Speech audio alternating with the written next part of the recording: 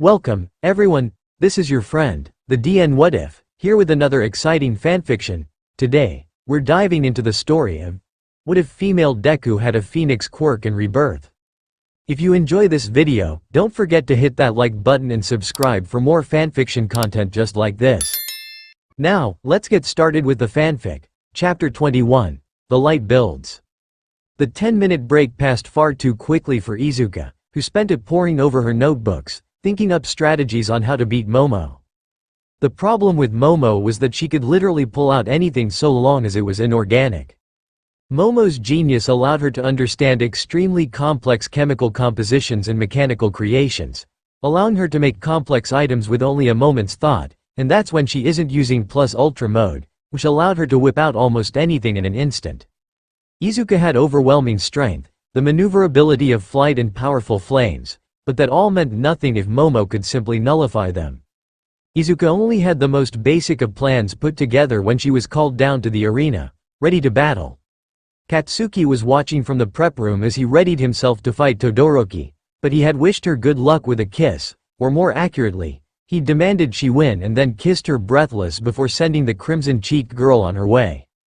Momo had spent her 10 minutes of prep time in a similar fashion, carefully thinking up plans and items to fight Izuka, then transferring the item's construction information from her own mind to her quirk's consciousness. She had a fair few plans and contingencies in place, but when facing a foe of Izuka's power, it wouldn't do to become self-confident, so she remained cautious as she stood and went to the arena.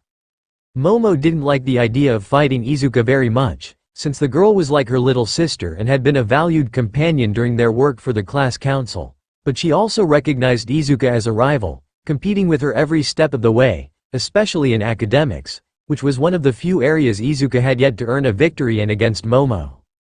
Finally, the time came and the two stepped out into the rain, bowing and shaking hands as they met in the center before backing off and waiting for the fight to begin. As the first of our two semifinal matches, we have a duel between Class 1A's president and vice president.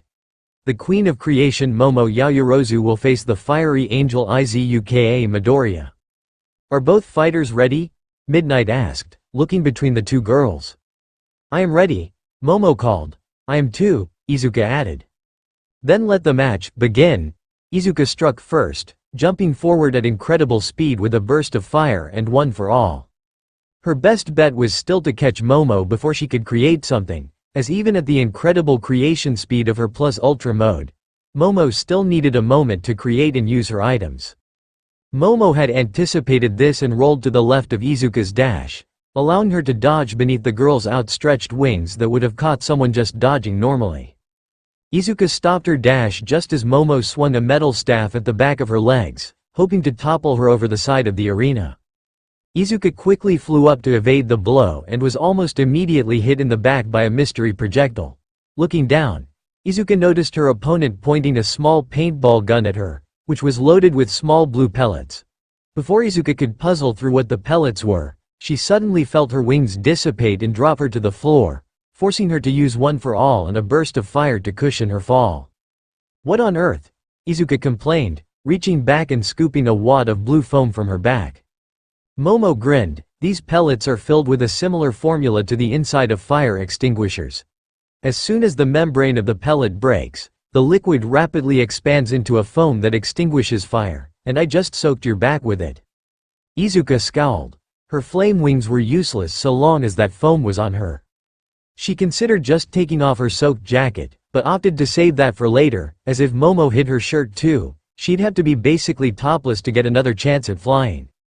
Izuka leapt at Momo instead, aiming a punch at the girl's jaw. Her blow struck Momo, though the other girl turned at the last instant, turning the strike into a glancing blow and allowing Momo to spin around and crack Izuka across the head with her metal staff. Izuka winced at the blow. Even with one for all bolstering her defense, a metal pull to the head still hurt like hell. Despite her dizziness, Izuka attacked again, this time purposely baiting Momo into spinning again to deflect some of the force. As Momo turned to repeat her early strike, Izuka opened her fist and grabbed Momo's face, then used her strength to toss the girl into the air. Once Momo was in the sky, Izuka peppered her with her phoenix feathers, producing them from her hands instead of her wings. Momo's hand-eye coordination was top-notch and she was able to shoot some of the projectiles with the pellets even while creating another weapon that resembled the rocket launcher she'd used on Kirishima. Unfortunately for Momo, Izuka's feathers were simply too numerous and they struck her, exploding with some fairly low-intensity fire. Momo hit the ground hard in a shower of flame, her created weapons flying from her hands. Izuka was sure it was over, until the other girl shakily stood up, her clothes destroyed to reveal another set underneath, namely a skin-tight outfit with numerous zippers along the arms, legs and torso. Almost got me. I underestimated how many feathers you could shoot without using your wings. I had to make this suit under my clothes at the last second, Momo said, ignoring the pain in her ribs. Her face was very slightly burned since it had been exposed, but the fireproof suit protected the rest of her, it just didn't protect her from the fall. That's pretty incredible, Izuka praised, before her face turned crimson as Momo began undoing the zippers. With all the zippers opened, the sleeves, legs, and abdomen were all removed, leaving Momo wearing what was essentially a fireproof sports bra and boy shorts. Whoa, too daring, the younger girl squeaked. Momo laughed. I need exposed skin to make my items. As such, I've developed quite a confidence in my body and feel no shame in being exposed. That explains your hero gear. Honestly, I feel like blushing just looking at you, Izuka complained, still blushing and trying to simultaneously watch her opponent and avert her eyes, which resulted in her looking shifty-eyed and embarrassed. Well then, feel free to look away, it'll make this easier, Momo declared, diving for the rocket launcher she'd made. Izuka's eyes widened and she quickly reacted, shooting some flame at the weapon, but Momo had grabbed her paintball gun while Izuka was distracted and shot enough pellets for the foam to quench the flames. Ending her dive with a roll, Momo grabbed the rocket launcher and immediately pointed it at Izuka. Expecting a net, Izuka prepared to dodge, but Momo just smirked and fired the launcher upwards instead. The rocket it fired flew up a few feet then exploded with a bright flash, similar to Katsuki's stun grenade attack. Izuka had kept her eyes on it, so she was immediately blinding. She heard the telltale sound of Momo creating something, an odd pixelated noise. And then Izuka knew nothing but a strange wetness and horrible stinging pain. Izuka screamed and clawed at her eyes, trying to get the odd foam off of herself. This was different from the previous foam, yet it still prevented her from making fire. What is this stuff? She cried, her hands stinging from pulling the foam from her eyes. Momo didn't answer, instead using Izuka's momentary disability to create some rubber gloves, then grab the girl by the waist and throw her towards the edge of the arena. The moment Izuka felt she was airborne, she growled and unleashed one for all from every pore of her body, causing all the foam to fly off and allowing her to conjure her wings and fly upwards while she rubbed her eyes. Her vision was foggy and her body stung worse now, as she'd used a bit too much of one for all in her urgency. Once she could see again, Izuka looked down at herself. Her uniform, on top of B-signed to be resistant to tearing, so it was in one piece, though looser, following her use of one for all, but her exposed forearms and face were red, like she'd been sunburned. What did you shoot me with? Izuka yelled. The sting had lessened now, but not faded. Momo looked sheepishly up at her friend. A modified version of the extinguisher formula. I hybridized it, with pepper spray. Izuka grumbled in reply. She was used to worse pain thanks to Tamura, but she wasn't used to such irritating pain, the kind that made her want to claw at her skin despite the pain. Okay, well that was awful, Izuka said, so I'm going to take things up a notch, she declared. Her body became completed coated in flame, making her look like an angel made of fire. Even her hair was coated in flame, and her body crackled with green lightning as she channeled one for all at 20% through every cell of her body. Phoenix Shroud. In the audience, Katsuki smirked. The Phoenix Shroud was a technique Izuka only used when she was really serious. It was dangerous since it was hard for Izuka to maintain control over the flames and one for all when they were used in tandem on such a large scale, so it was easy for Izuka to mistakenly use too much and either injure herself or cause a lot of damage to her opponent. Momo's eyes narrowed and she pulled out the paintball gun to pelt Izuka again, but this time Izuka was ready for it and easily dodged the attacks or struck them with phoenix feathers. Izuka flew to the center of the arena then flew upward, almost out the top of the stadium. If she left the stadium, it would count as a loss. She stopped at the apex of her flight and spread her wings to their full span and began to absorb sunlight, or more specifically, the heat of the sun. She drew all the heat in the stadium towards her slowly, lowering the temperature to the point that those in light clothing were shivering, including Momo. "Let's test how fireproof that suit actually is." Izuka smiled, focusing some fire into several small spheres, each the size of a bowling ball. "Here's a trick inspired by Ochako, Ophanim squall," she yelled, sending dozens of the fireballs raining down on Momo, who used her athleticism to dodge and dance around them, taking care to also evade the small explosions they made on impact. Just as it seemed Momo was about to be cornered by several of the balls, she shocked the entire audience by pointing her palm at the closest orb and extinguished it with a jet of water. "What the heck? Yao, Momo can create water too," Kaminari yelled, his jaw practically hitting the floor. "She can make any inorganic material. Water is technically inorganic," Shoto said, not truly surprised. "Yeah, don't you shits listen in science?" Katsuki sneered. "Organic material has to include carbon in it. Fucking water is just H2O, it's like the easiest fucking inorganic substance to make." Back in the arena, Momo was using all her energy to dodge or shoot water at the continuous rain of fire, but it was becoming clear that while she was weakening, Izuka was still going strong. Momo knew Izuka could recharge by absorbing heat, so while she was in an area with a lot of people and direct sunlight, she could siphon off their heat to replenish herself. On the flip side, Momo was running low on both stamina and raw material with which to create. She had deactivated her Plus Ultra mode, which meant she couldn't access the knowledge she'd stored within it and thus the formula for the extinguishers, not that she had the reserves to use them, which was why she was just using plain water. Izuka took notice of Momo's weakened state and decided now was the time to end things. The same feeling she'd had when fighting Tenya returned. A flickering spark in her soul that grew with each passing instant. It pulsed with her every heartbeat and she felt it on the verge of overflowing. "Time to finish this, Momo, you may be like my big sister, but I'm going to beat you," Izuka declared, raising her arms above her head and focusing her remaining fireballs into a single giant fireball, similar in size to the small moon Ochako had made when fighting Shoto.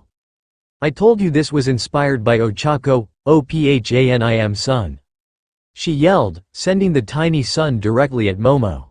The move looked deadly, but to the trained eye of fire users and those with a lot of hero experience, it became clear the move was more about rigorous control as opposed to power.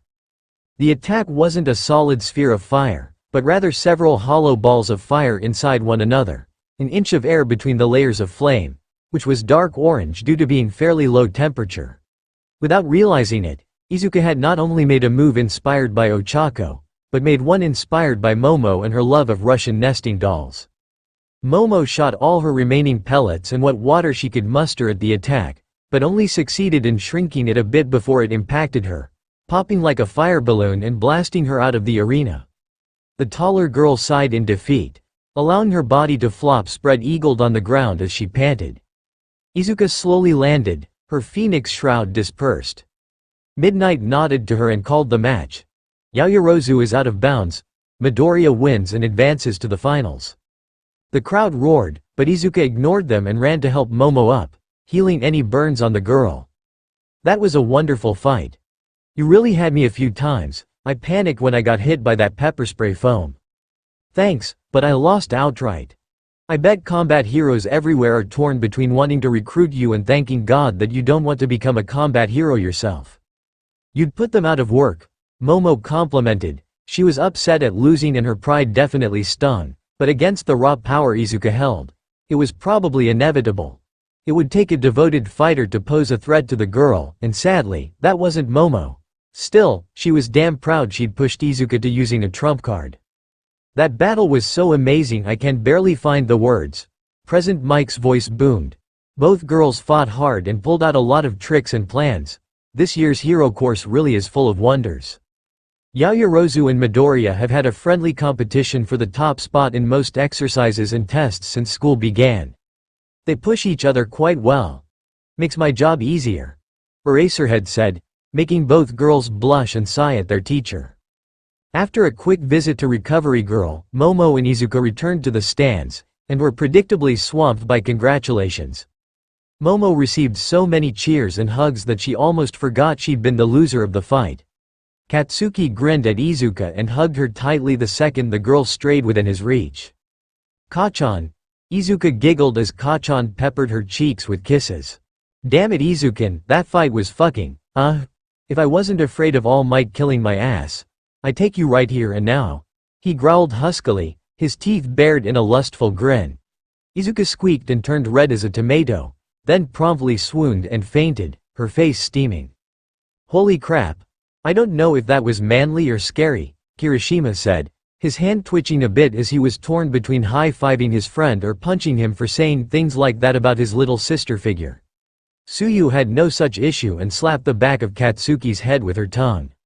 No corrupting the class cinnamon bun, she said, completely serious. Katsuki just flipped her off as Shoto frowned and used his ice to cool Izuka off and wake her up. She promptly growled adorably and meekly pounded on Kachan's chest in embarrassment. Her angry retorts reduced to embarrassed whines while Katsuki just smirked.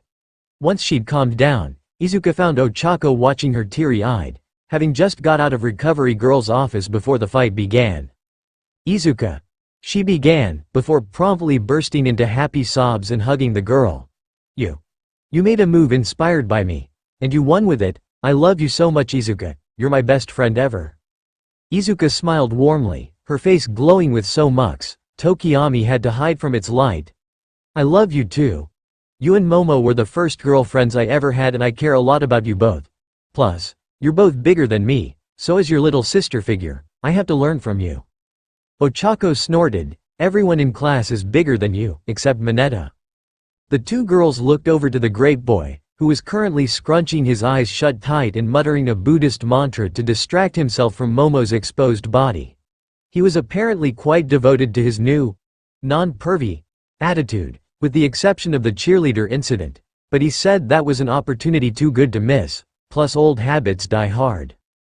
Turning back to her boyfriend, Izuka took Katsuki's hand. You and Shoto are fighting next. Whoever wins will be fighting me in the finals, she said with a confident grin. I'll walk you both down to the ring. Katsuki just grinned, still pumped from watching Izuka's fight, while Shoto shrugged and walked on the side of Izuka not currently occupied by the angry, and disturbingly aroused, blonde.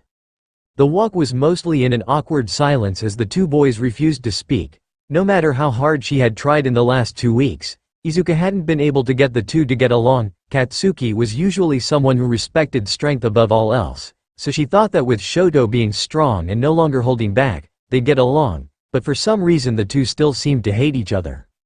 Hey, Kachan, Shoto. Just so you know, I'll be supporting both of you out there.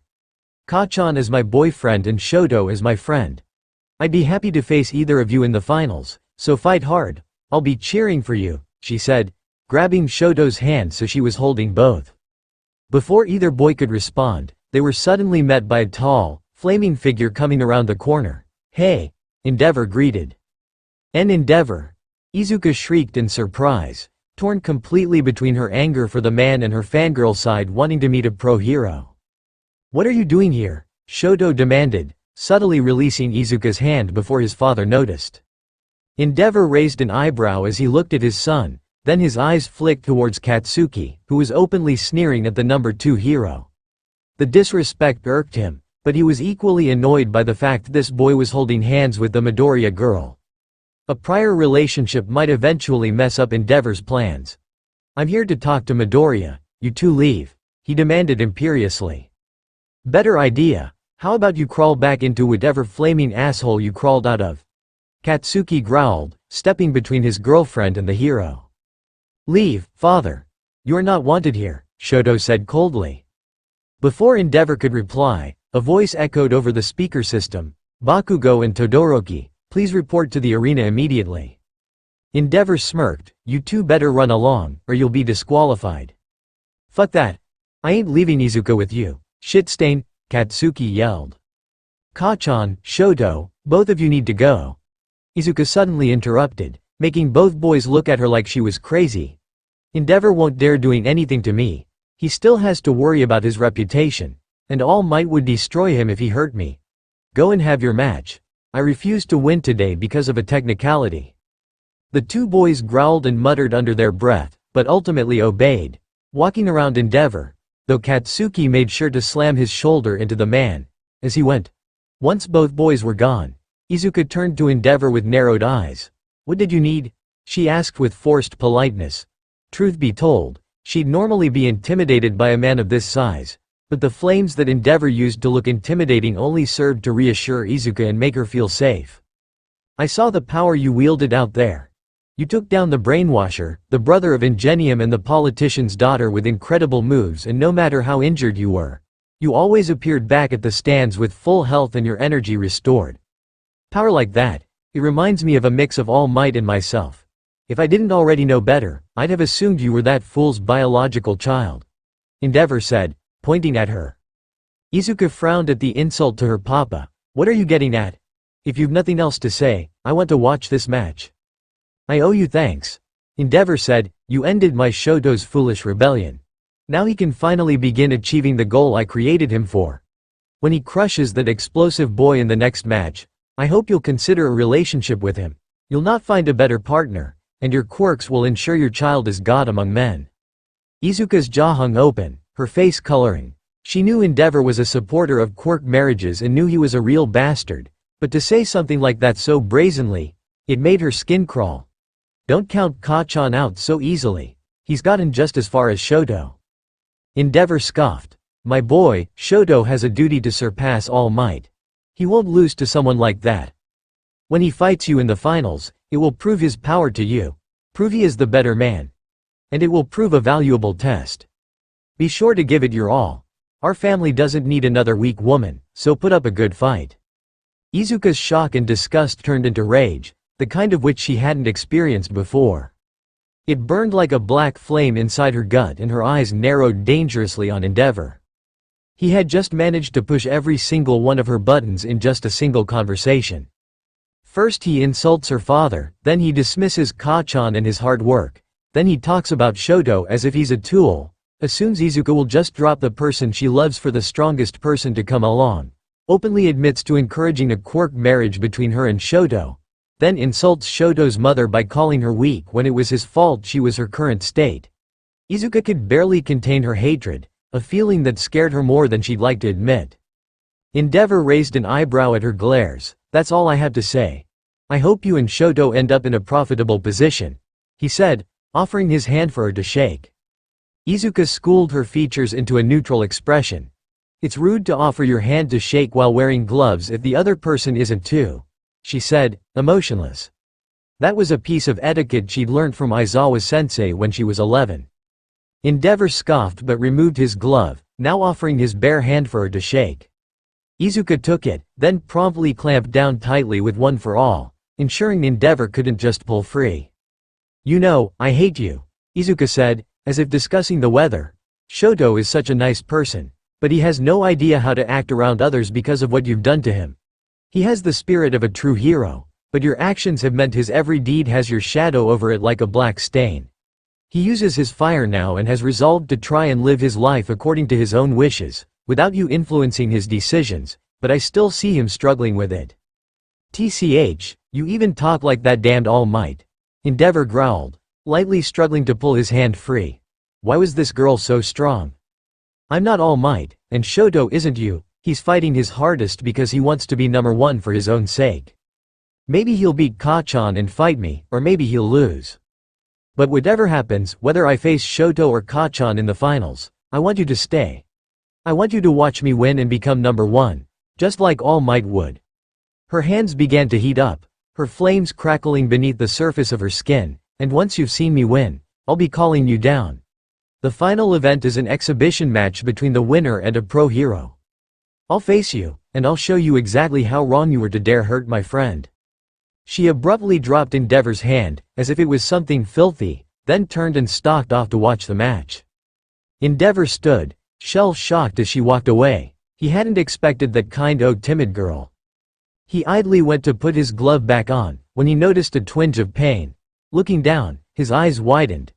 There on his hand, where Izuka's thumb had been, was a small burn. Endeavor was only immune to his own flames, but his resistance to heat and other fire was second to none. Yet for the first time since he was a small child, he had been burned. The cold hand of dread gripped his insides and he had a sinking feeling that he had just made a dangerous enemy. When Izuka reached the stands, she was relieved to see the match hadn't begun yet as Katsuki and Shoto were stood glaring at each other. She gently pushed past her classmates to reach the railings and shouted to them. "Katsuki, Shoto, do your best," she yelled. The two boys looked up and their expressions immediately filled with relief to see she was fine and unharmed. President Mike began his announcements. "Oh ho!" Some words of encouragement from out first finalist Midoriya. "Now for the final semifinal battle. We have the Furious Atomic Blaster. Katsuki Bakugo versus the Hot and Cold King of Calm, Shoto Todoroki." Midnight stepped forward. "Are you prepared to fight? I'm going to conquer this two-faced fuck. He can be an eternal loser, just like Dear Daddy," Katsuki growled. "Try it, you thug. I'll leave you as a popsicle," Shoto retorted. Both boys were so much more fired up, their earlier arguments and the brief encounter with Endeavor fueling their anger and irritation. Midnight chuckled at their spirit and raised her arm. "In that case, match, start." The word hadn't even finished when Shoto suddenly ducked to the ground and slammed his right hand into the floor, creating a huge wave of ice that completely engulfed Katsuki. For a moment, it looked like the fight was already over, but Katsuki soon burst out of the ice, having used an explosion to prevent the ice from covering his arms and torso, though his legs had been caught. Glaring, Katsuki put his hands to his frozen legs and exploded them, freeing him and launching himself at Todoroki just as the other boy aimed his left hand to bathe Katsuki in flame. With another explosion, Katsuki flipped over the stream of fire, grabbing Shoto by the hair as he flew over him. Then the moment Katsuki's feet hit the ground, he twisted his body and tossed Shoto with a small explosion. Shoto flew towards the edge of the ring, but managed to touch his hand to the ground as he went to create a wall of ice, which soon became an ice ramp that allowed Shoto to correct his position and slide directly towards Katsuki. Katsuki dodged the end of the icy road and leapt to hit Shoto with an explosion, but the dual-colored boy managed to dodge to the right and grab Katsuki's outstretched arm with his left.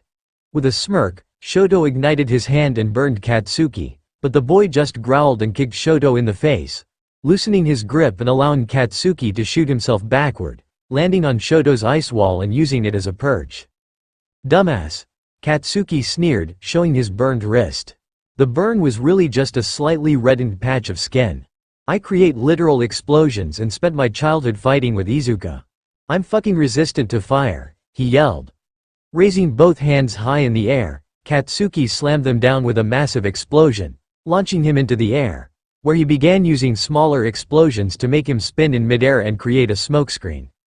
Katsuki was coming right at Shoto, hidden within a cyclone of ash and smoke. Shoto growled and raised both hands, activating Plus Ultra mode and igniting himself with cold fire. He had wanted to hide this from his father, but he wanted to win. "Howitzer impact!" Katsuki roared. "Ninth circle flame," Shoto roared back. A massive burst of icy blue flames shot from Shoto and collided with Katsuki, whose hands ignited a huge explosion. The arena was engulfed in a massive sphere of flame, which was split perfectly down the middle.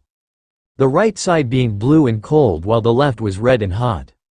In the crowd, Izuka couldn't help but see the resemblance to Shoto and his dual-colored hair. When the flames dissipated, the arena was in ruins. The left side was a wasteland of ash, dust and glowing hot rubble, while the right was like all color had been drained away as everything was coated in a sheet of pure white frost. On the left, Katsuki struggled to stand, his body burned by the backlash of his attack. On the right, Shoto was in a similar position, though he was almost frozen solid and shivering violently. The force of their attacks had been equal, so when they collided, they were both forced backward and Katsuki and Shoto ended up as victims to their own techniques. Katsuki smirked through the pain of his burns. "Shit. I haven't been burned this bad since Izuka learned to control Phoenix Shroud." He chuckled. Once again, he'd lost his shirt from the fire. It seemed he was destined to be bare-chested in today's fights. Shoto shuddered. "ICC can't believe my attack was blown BB back, DDD damn it." He shivered violently, trying hard to light his flames beneath the layer of frost. Technically speaking, if Shoto could thaw himself out, he'd be in a better position health-wise, since Katsuki couldn't shake off his burns, but his stamina had taken a hit, since he'd used plus ultra mode while Katsuki hadn't. It took a moment, but he was finally able to stoke enough of a fire within himself to begin thawing the frost, the boy sighing with relief as the ice melted off him. Suddenly, Shoto found himself being blown backwards by an explosive punch he hadn't seen coming. Katsuki had charged just as the steam from his melting ice covered Shoto's eyes. The ice user groaned as he just barely managed to stop himself from falling out of the ring with a wall of ice. Katsuki's battle instincts were second to none. Despite his pain, Katsuki wasn't going to give Shoto an inch, and immediately ran forward to punch Shoto again. The other boy ducked beneath the punch, so Katsuki only managed to smash the ice before he was punched in the gut by Shoto's frozen fist. Katsuki was winded, but shook it off quickly and kept going, throwing punch after punch at Shoto, who was fully on the defensive and with nearly no windows to counterattack. Katsuki read his every move and always positioned his legs and non-attacking arm in the proper position to block or deflect Shoto's counterattack, and to make things worse for Shoto, he was being forced to create more and more ice to defend himself, so his temperature was lowering, and Katsuki's rapid movement and activity was making the explosive boy sweat, so his attacks grew stronger. As a last-ditch gambit, Shoto reactivated plus ultra mode and poured both fire and ice into both arms, allowing him to blast cold water at Katsuki, who was pushed back by the force of it. Once there was some distance, Shoto unleashed all the ice and cold fire he could, freezing the entire arena in a gigantic mountain of ice with Katsuki at the center. "This match is mine," Shoto declared, panting hard. His stamina was at its lowest point, his skin was deathly pale and his lips were blue. He was on the edge of hypothermia, but it was worth it, he'd won. Or so he thought. Before midnight could call the match, the ice mountain shattered and then suddenly melted to nothing in a massive sphere of heat and fire as Katsuki repeated his earlier move against Honanuki, the atomic flash. Katsuki landed hard on the ground a few feet from the astonished Shoto, his body reddened and overheating. The atomic flash was an amazing move, but it consumed all his sweat and also pushed his heat resistance to the absolute limit. After using it, Katsuki was unable to use his quirk again for a little while. Shoto growled. "Oh come on, you've got no strength left and can't even muster the sweat to use your quirk. Just give up," Shoto yelled, exasperated. Katsuki looked up at him, his cheeks bulging out as if he was going to throw up at the very thought of surrendering, but no, the real reason was much grosser and more terrifying. A mass of clear fluid with a strong chemical smell splashed onto Katsuki's fists. "What the?" Shoto yelled while Katsuki grinned. "Do you think I'm fucking dumb? I know how atomic flash works and what it does to me, which is why I saved some of my nitroglycerin and held it in my stomach to stop it detonating with the rest. Leaves a fucking bad taste in my mouth, but not as bad as losing to you," Katsuki declared, his hands dripping with explosive sweat. "Now do me a favor and fucking die," he roared, jumping towards Shoto by igniting the sweat that had slipped through his fingers and hit the floor. He was directly above Shoto now, and the icy boy couldn't move, his body too stiff and cold. Katsuki put his hands together and intertwined his fingers, slamming his twin fists down on Shoto with all the explosive power he had left. Megaton hammer. Shoto felt no pain or heat, as the sheer force of the blow knocked all his senses out of whack, leaving him on the floor with an expression of pure shock. After a few seconds, Midnight examined the boy then nodded. "Todoroki is unable to continue. Bakugo wins and will face Midoriya in the finals." Katsuki shot his fist into the air, grinning widely at his girlfriend. Izuka was screaming louder than the rest of the crowd, cheering and celebrating happily. Both were eager to face each other, it'd be the first no-holds-barred match of their lives. Shoto tried to get up, but his strength was too low. To his surprise, Katsuki offered his hand. "Get up, half and half. You walked in, so walk out." The other boy just stared for a moment, before taking Katsuki's hand and being roughly pulled to his feet. When he stumbled, Katsuki groaned and put Shoto's arm over his shoulders and helped carry him out. Why are you helping me? I thought you hated me?" "I did. But like I said, I ain't fucking dumb. You and my rabbit are friends, so even if I don't like it, I'm not going to be a major asshole, since it'd upset her. Stupid Deku making me act all mushy and shit. Katsuki grumbled. He took a couple of steps before speaking again. I'll be real with you. I fucking despised you for not using your fire to save Izuka from those villains at the USJ. But I fucked up that day too, so I can't judge you too much. I'd have forgiven you already after Izuka did, but I couldn't, not without kicking your ass first. Now I've beaten you into the dirt. I can let myself forgive you, but I won't forget it. Shoto chuckled weakly. Does this make us friends? Fuck no. This makes us acquaintances at best. Katsuki spat. Shoto nodded, then looked Katsuki in the eye. You know, if I'd won, I'd have confessed to Izuka. Katsuki's expression turned odd. His mouth was set in a line and his eyes looked almost bored. Feel free to confess anyway. Think she'd refuse just 'cause I lost? The explosive boy barked a mocking laugh. You dumbass, Izuka ain't the kind of girl to go for the strongest. To be honest, I've got no fucking clue why she loves me, but I trust her. So confess all you like, I've got nothing to worry about. Shoto nodded thoughtfully. Hey, Bakugo, do me a favor and face me towards my father. Katsuki made a non-committal grunt and looked around, spotting Endeavor just a few feet to the left of the Class 1A box. He turned the two of them to face him. Shoto grinned weakly and struggled to lift his left hand, shakily giving the middle finger to his dad, a tiny candle flame on the tip. And not quite the giant flaming finger I had planned, but it'll do, Shoto smirked. Endeavor scowled furiously and Katsuki laughed. I can't believe I'm saying this, but I'm actually almost fucking proud of you, half and half. Shoto chuckled in response and the two walked to Recovery Girl. When they arrived at the office, they found Izuka had already raced there and was waiting for them. She didn't give either a moment to say a word as she forced the two into bed and began healing them with pink flames while Recovery Girl observed. Shoto was back to almost full capacity by the time she was done, since he wasn't actually that badly hurt, just tired, and Katsuki only took a little while longer. He'd need to wait about 15 minutes before fighting again, so his sweat glands could start working properly again. You both did great out there. I'm really proud of you both, Izuka smiled. Shoto smiled softly. Even though I lost, Izuka nodded, in a fight like that, so long as you gave it your all, it's fine to lose. Just remember that in the real world, you'll need to go beyond your best. Huh, plus ultra, Shoto said. Izuka, could I have a word with you alone? Izuka tilted her head. Sure. I think they're planning a third-place decider match, so you'll be facing Momo in about 20 minutes. Let's go outside. Kachan, are you going to be okay here by yourself? Katsuki rolled his eyes. Yes, mother. I don't need you to watch me every moment of every day, he sassed.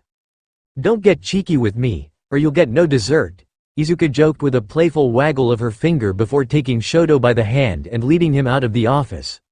Once the door shut behind them, Recovery Girl looked towards Katsuki, who was lounging with his hands behind his head. You aren't worried about leaving your girlfriend with another boy? She said with a knowing smile. I trust her. Izuka's not the type to ditch me. If she had the slightest feelings for another guy, she'd talk to me about it. I've got nothing to worry about, Katsuki said dismissively, idly watching the monitor which was displaying highlights of his fight with Todoroki. Elsewhere, Izuka led Shoto to the small grove of trees just outside the sports festival stadium, since it was the only place they wouldn't likely be disturbed. Izuka knew Shoto well enough to know that if he wanted to discuss something alone, he'd get embarrassed or upset if someone overheard. Once safely hidden beneath the canopy of the trees, Izuka turned to Shoto with a smile, her skin illuminated by the beams of light that broke through the veil of leaves. Shoto gulped. Izuka looked really cute like that. Her face was lit up, highlighting her freckled cheeks and making her bright green eyes shine even more. I have to confess something. Izuka, I feel like I've developed feelings for you. Shoto confessed, trying to speak evenly despite the nerves making his voice crack a bit towards the end. Izuka blushed and gasped. Shoto, really? You're not messing with me, are you? No, I'm serious. I had hoped to confess after defeating Bakugo and facing you in the finals. I felt that if I faced you seriously, then I'd earn the right, but I lost, so this is all I could offer. Izuka gulped. Shoto, I'm flattered, I truly am, but I can't return those feelings. Please believe me when I say you really are important to me. You're a great friend and I don't want to lose that, but I can't be your girlfriend. I'm sorry. Shoto frowned. To be honest, since speaking with Bakugo, he had been prepared for this. Oddly, he had feared the inevitable rejection would rip his heart out, but instead, he just felt sad. Not cripplingly miserable or heartbroken, just sad. I see. He finally said, I understand. That's disappointing, but not overly surprising I suppose. Bakugo, you really love him, don't you? Yes, I do. Izuka said, not embarrassed at all about admitting it. Since I was a baby, I've looked up to him. I felt proud that someone as amazing as him could want to be friends with me. And after I was rescued from All for One, Kachan never wanted to leave me alone.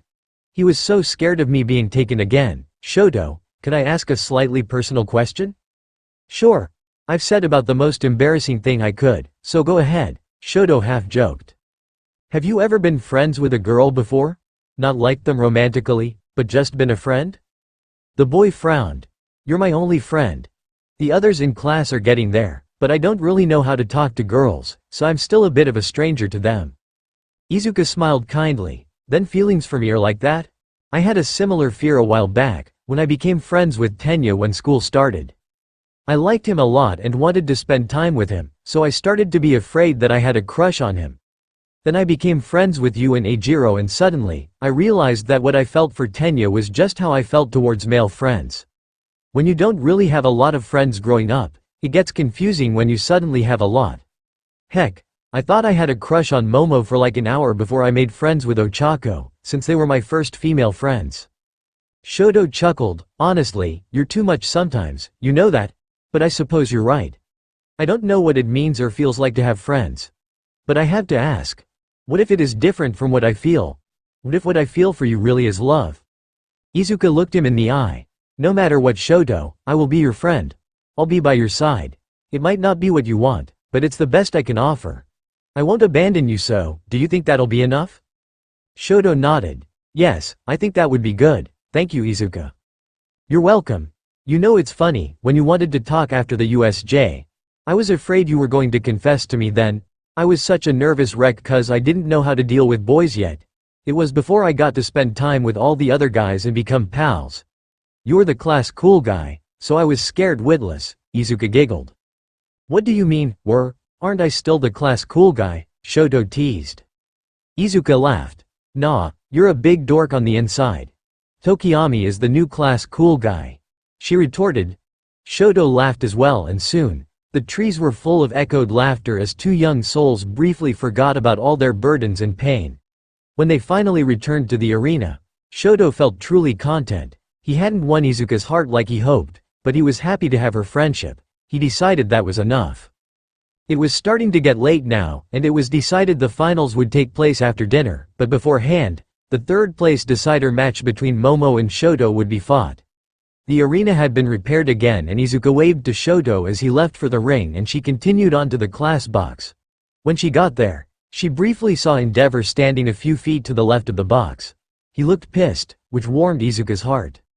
Hey Izuka.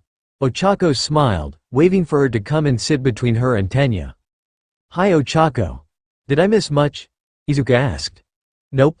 Bakugo and Todoroki were both awesome. I guess Bakugo is still in the infirmary though? Are you going to be okay fighting him? Ochako said worriedly. Yep, but it's fine. Kachan and I have fought lots of times. We trained together since we were 10. This will just be the first time we got to go all out. We both want to win though, so we'll be fighting hard. Izuka grinned, more excited than she wanted to admit. While the concept of fighting didn't turn her on like it did Kachan, she was still enjoyed the exhilarating feeling of both watching and participating in a good battle. Nothing got the blood flowing quite like it. I am impressed. You and Bakugo make an odd pair, but you fit together flawlessly. You are inspiring to watch. Though I hope you win, I lost to you after all, so I'd like to have lost to the best, Tenya declared. Right. Izuka chirped. Suddenly, a loud buzzing was heard and Tenya's entire body vibrated violently. Ochako and Izuka nearly jumped out of their skins, before Tenya pulled his phone from his pocket. Still, the two girls couldn't help but wonder why he had the vibration set so high. Tenya looked at the caller ID, seeing his mother there. "Ah, this is my mother. Please excuse me," he said, heading to the back to answer. Putting his phone to his ear, he spoke. "Hello, mother. I regret to say I lost earlier. I apologize if I disappointed you." Tenya, "Oh my son, no, this isn't about that. Tenya, I need you to stay calm and listen to me. It's Tensai." Tenya's body went rigid. "Your brother, a villain, got him. We're at Hosu General Hospital, it's bad, Tenya." "Mother, say no more. I'll be there soon," Tenya said mechanically, hanging up. He power walked to Izuka and Ochako. "My friends, I'm afraid I must cut out ahead of schedule. My brother was attacked by a villain." Ochako gasped and Izuka frowned.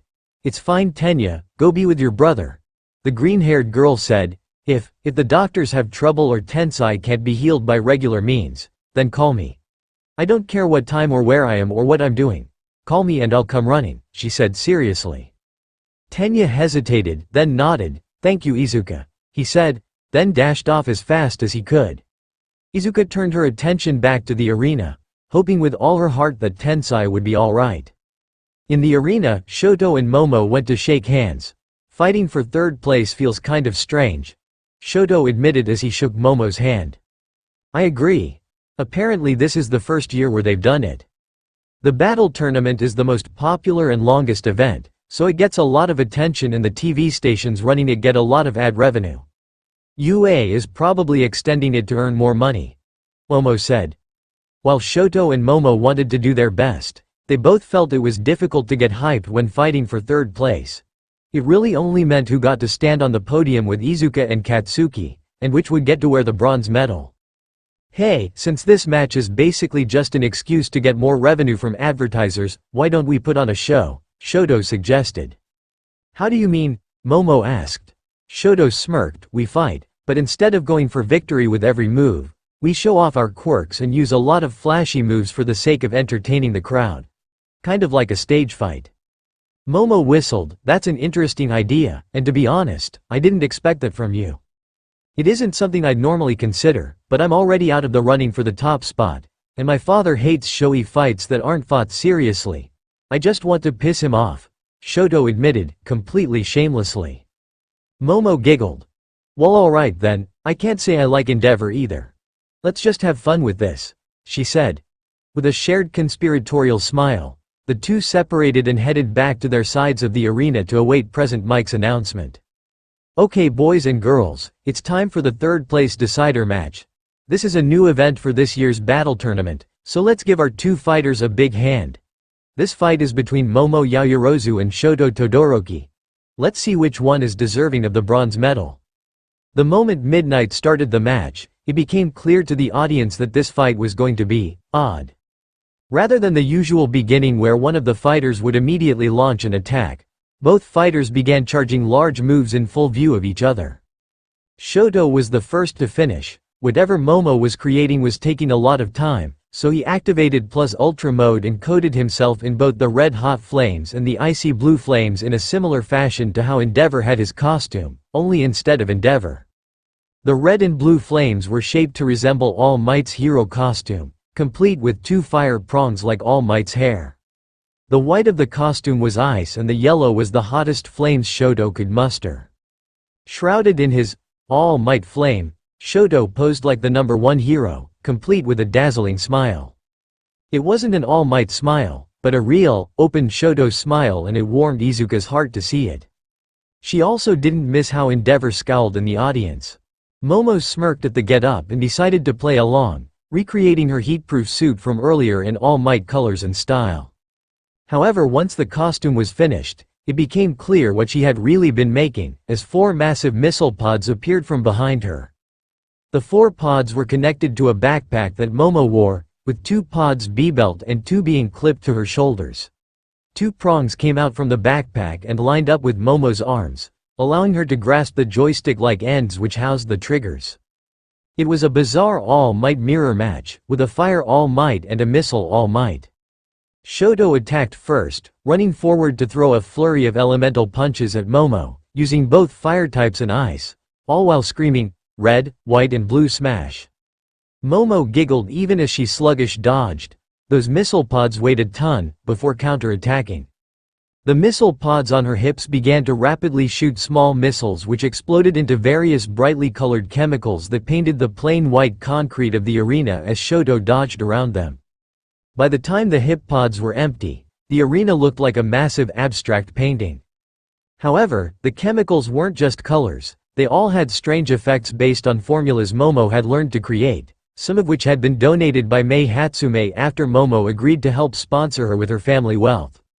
The chemicals included the bouncy, slippery and accelerating goo, but also included liquid stink bombs, the extinguisher foam in a paint-like form, sticky slime and an ominous red liquid that released a haunting smell that made Shoto want to pause just to smell it. The chemicals weren't too dangerous, but they made it inconvenient for Shoto to move around the arena, so he was forced to prioritize which chemicals to step in, which usually meant stepping in the liquid stink or the red stuff. "This is just disgusting." Shoto groaned as he got another whiff of the horrible smell mixing with the intoxicating stench. "Oh, I'm not done just yet," Momo grinned, aiming the shoulder missile pods into the sky and unleashing a massive barrage. Half the missiles exploded in midair as fireworks in red, white and blue while the others homed in on Shoto. Naturally, Shoto dodged them as best he could, but when he had to choose between blocking a shot and stepping in some sticky gunk, he chose to block, whereupon he discovered the low-powered explosives were full of funny little beads that appeared to be made of some kind of glass or crystal. Upon closer inspection, Shoto discovered the beads were actually just a very thin layer of crystals surrounding a hallucinogenic powder that he accidentally inhaled in his surprise. He wasn't sure exactly what the powder did, but he suspected it had something to do with the fact that there were now 11 multicolored momos. The clouds above now looked like elephants with sausage links for trunks and the ground was apparently trying to eat him. Momo laughed as Shoto stumbled and wobbled around the arena, dodging missiles without even seeming to mean to.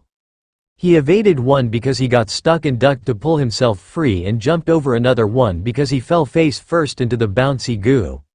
It was an insane thing to watch. The son of Endeavor covered in All Might-themed flames essentially bumbling his way through the missile barrage.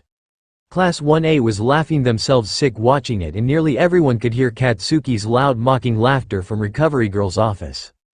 Eventually though, the powder wore off and Shoto snapped back to reality, red-faced and with a twitching eye. "Oh, now it's on," he growled, leaping at Momo. Momo hadn't expected her hallucinogen to wear off so soon, so she was caught off guard as Shoto landed beside her and encased the missile pods on her left side in so much ice that the weight caused Momo to topple over.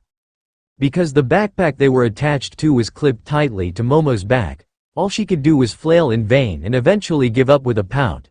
She was basically like a turtle and every time Momo tried to unclip herself from her weapons, Shoto would shoot a spark at her fingers that make a tutting noise like she was a small child constantly having her hand swatted for trying to grab a sharp object. "You're not going to let me up, are you?" Momo pouted. "Nope," he replied. "Would it help if I said I was sorry?" Shoto frowned. "You drugged me. Suffer." Momo gave one last meaningless attempt to get back on her feet before finally giving up for good. "Fine, I surrender." Midnight, who was red-faced from stifling her laughter, stepped forward. "Yaoyorozu has surrendered. Todoroki wins and claims third place." The crowd roared as Shoto finally allowed Momo to unclip herself and stand up. The two then did a show bow to the audience, making the audience laugh again. "Well, that was something," Present Mike laughed. "In possibly the first comedy fight in UA Sports Festival history, Todoroki has won and claimed the bronze medal." Izuka grinned, both from amusement at the match, a vindictive pleasure at seeing Endeavor so angry, her papa's proud face as the two fighters donned his colors, and eagerness for the next battle. Present Mike dismissed everyone to eat dinner, before they gathered for the last fight. It was nearly upon them, soon Izuka and Katsuki would battle for first place.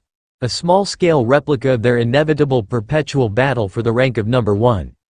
Izuka clenched her fist. She would win, she'd be number 1. Chapter 22. The light bursts forth. Unlike lunch, dinner was a fairly calm affair since only Izuka and Katsuki still had to fight. Katsuki was still in the infirmary, though he'd long since been able to leave. He'd simply decided that the next time he faced Izuka, it would be when they fought. He sat alone, Recovery girl having gone to eat with the staff after giving him another bento box like the one Auntie Inko had made for him at lunch. However, this one was made by Izuka. It was tasty, though it lacked the practiced expertise of Inko's meals. Still, it tasted so much better. As he ate, Katsuki thought back to how everything had began. Izuka had been introduced to him when they were both newborns. Inko had put Izuka down to sleep in his crib during a visit between her and Katsuki's mom. Katsuki had no memory of this naturally, but there were pictures of the two babies holding hands in their sleep.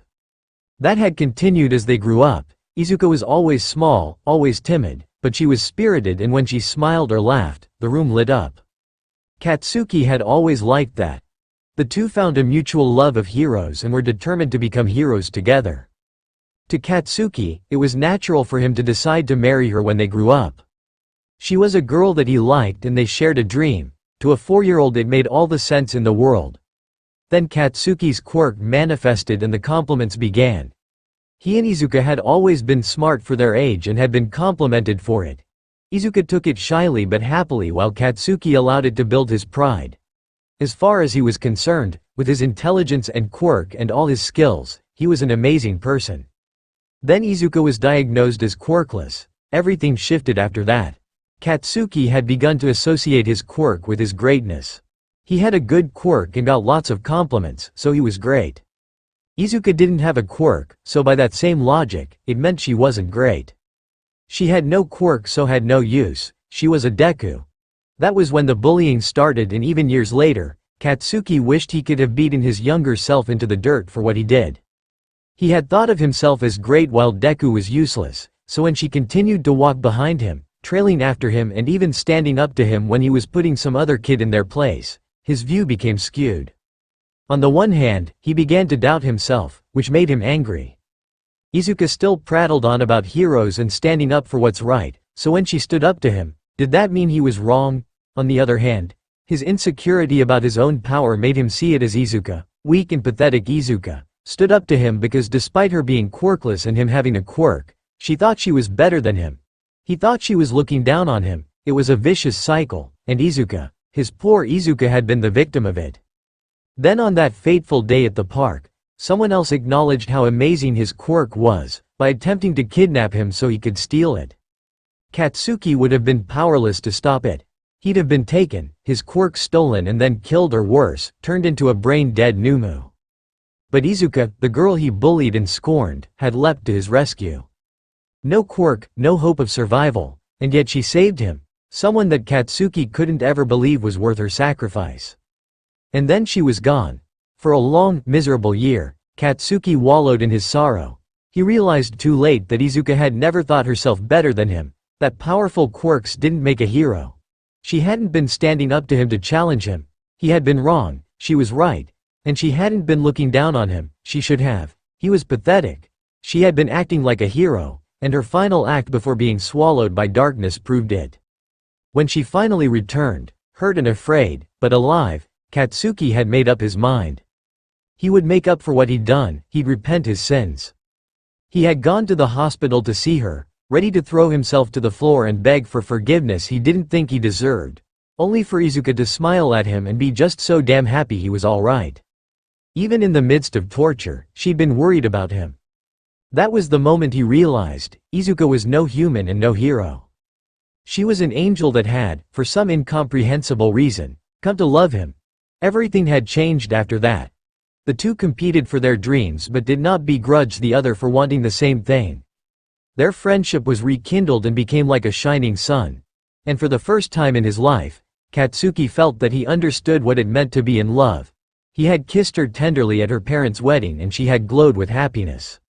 Katsuki had been blessed. He thought on this as he ate his dinner. He thought on it as he walked to the arena. He thought on it as he stood across from the person he loved most and prepared to fight. No matter what happened, no matter who won this fight, Katsuki would be happy, but he still wanted to win, so he'd face Izuka with all his might and show her she was right to choose a lowly person like him to love.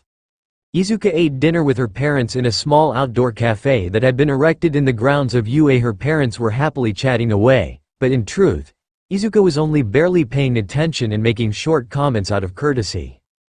She wondered how Kachan liked the dinner she'd made for him. It had been a bit of a last-minute idea she'd had the night before the festival, and it had come to her in the middle of the night, so she had immediately bolted out of bed to make it. She was sure it tasted good, but it probably didn't look as good as her mom's, since she'd been half asleep while making it. Things with Kachan had always been chaotic and hard to predict, but Izuka liked that. It was an impossible to predict roller coaster ride that never failed to leave her breathless and laughing. Izuka's earliest memories hadn't been of her mother or Hisashi, but of Kachan. She'd learnt to walk by watching his back as he toddled about with the confidence only he could possess. From the very beginning, Izuka aspired to be like him. As brave and as strong and as talented. In her young mind, Kachan had been a hero just like All Might. He'd been so great, and when his quirk came in, Izuka had been so excited. He was the second entry in her very first hero notebook. After All Might. And she never questioned why she'd put him there despite him not being a hero yet.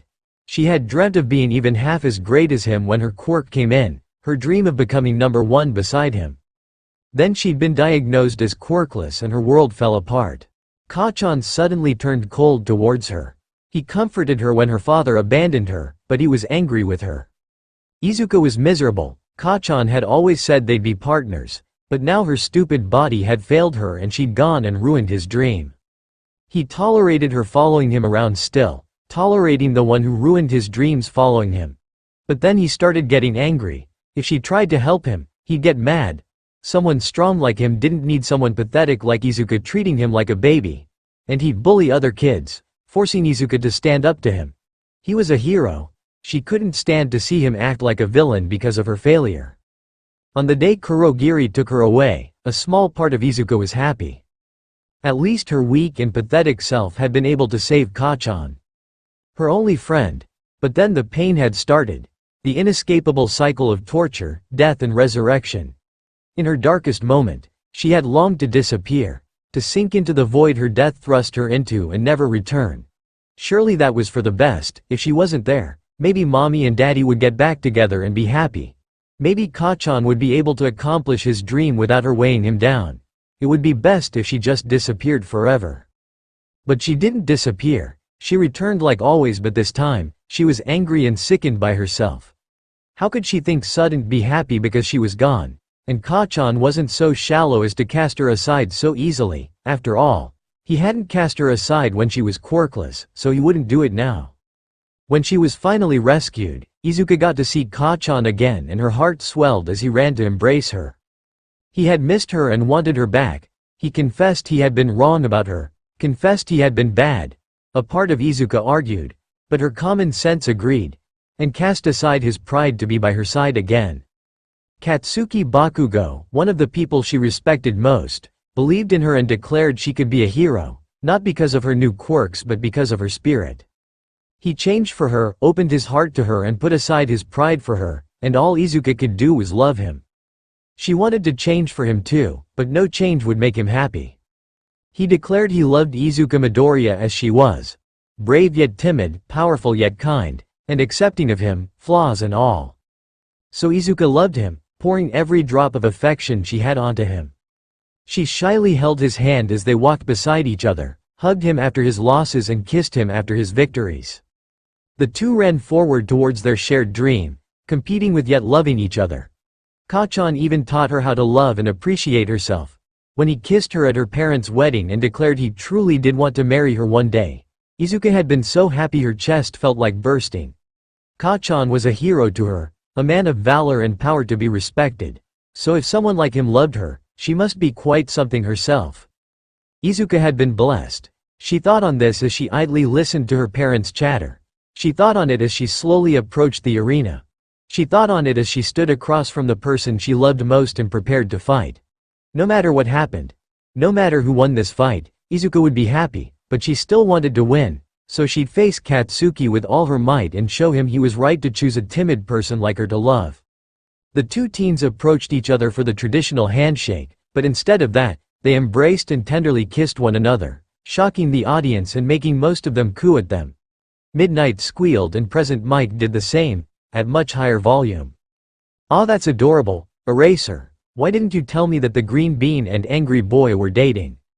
Eraserhead groaned over the microphone. "Mike, you just broadcast that over the speakers, and it's not my job to tell you which of my students are dating," he scolded. "No fair. Anyway, back to the finals.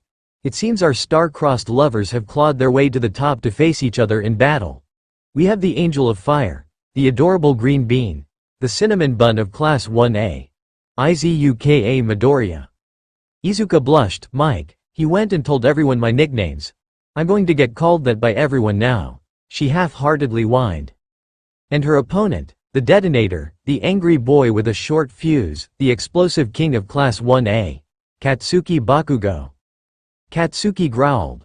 "Remind me to detonate that bastard's balls."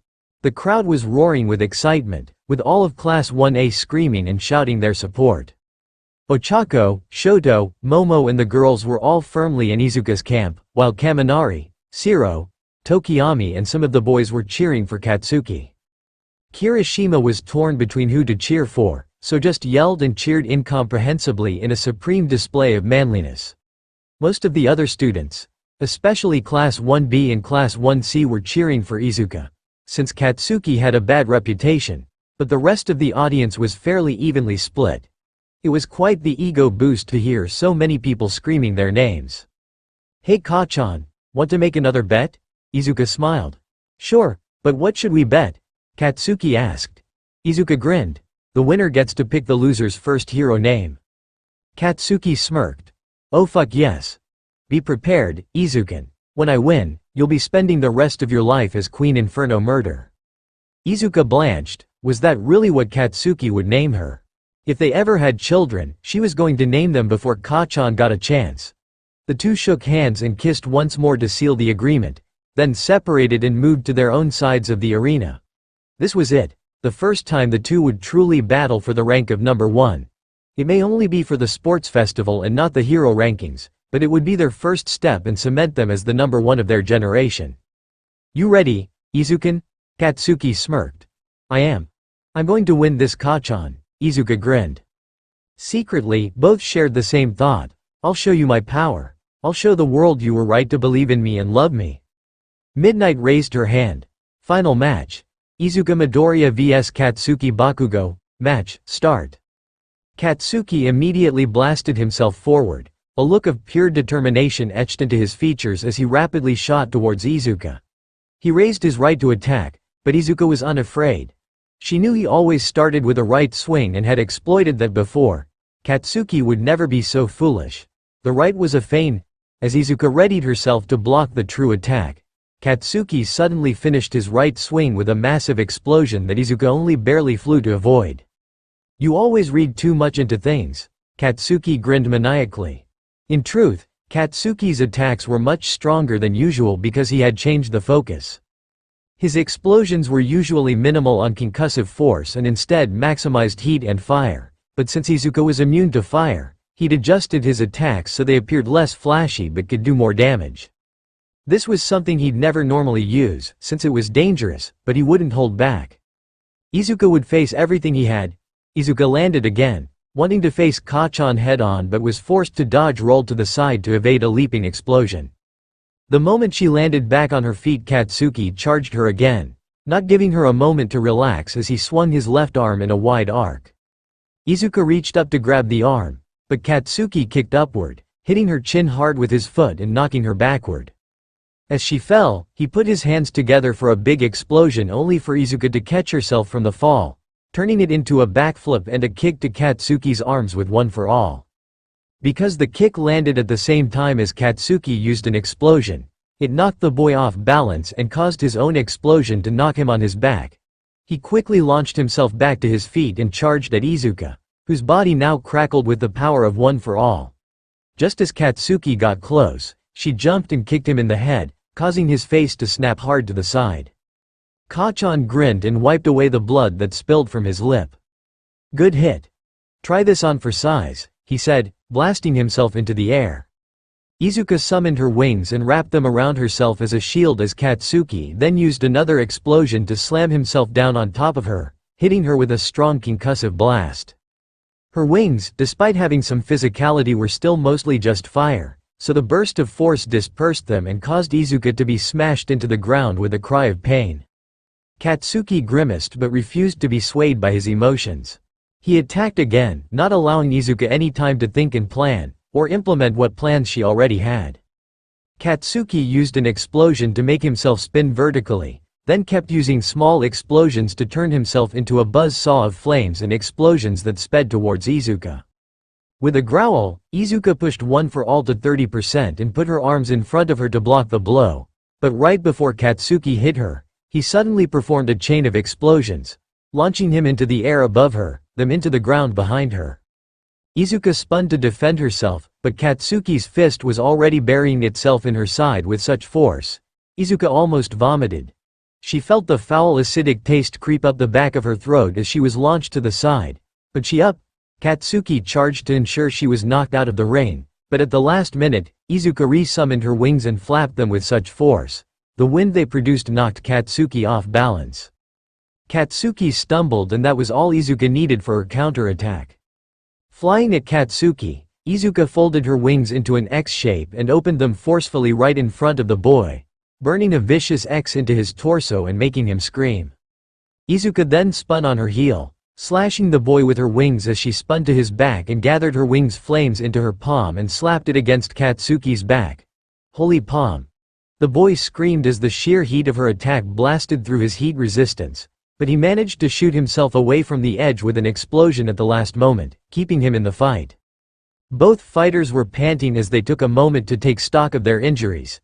Katsuki had burns on his chest, arms and back, as well as 2 kicks to the head. Izuka had several cracked bones from the concussive force of Katsuki's explosions, but she was so used to the pain from pushing one for all that she ignored it. Neither was going to stop anytime soon and in an instant, both charged at one another.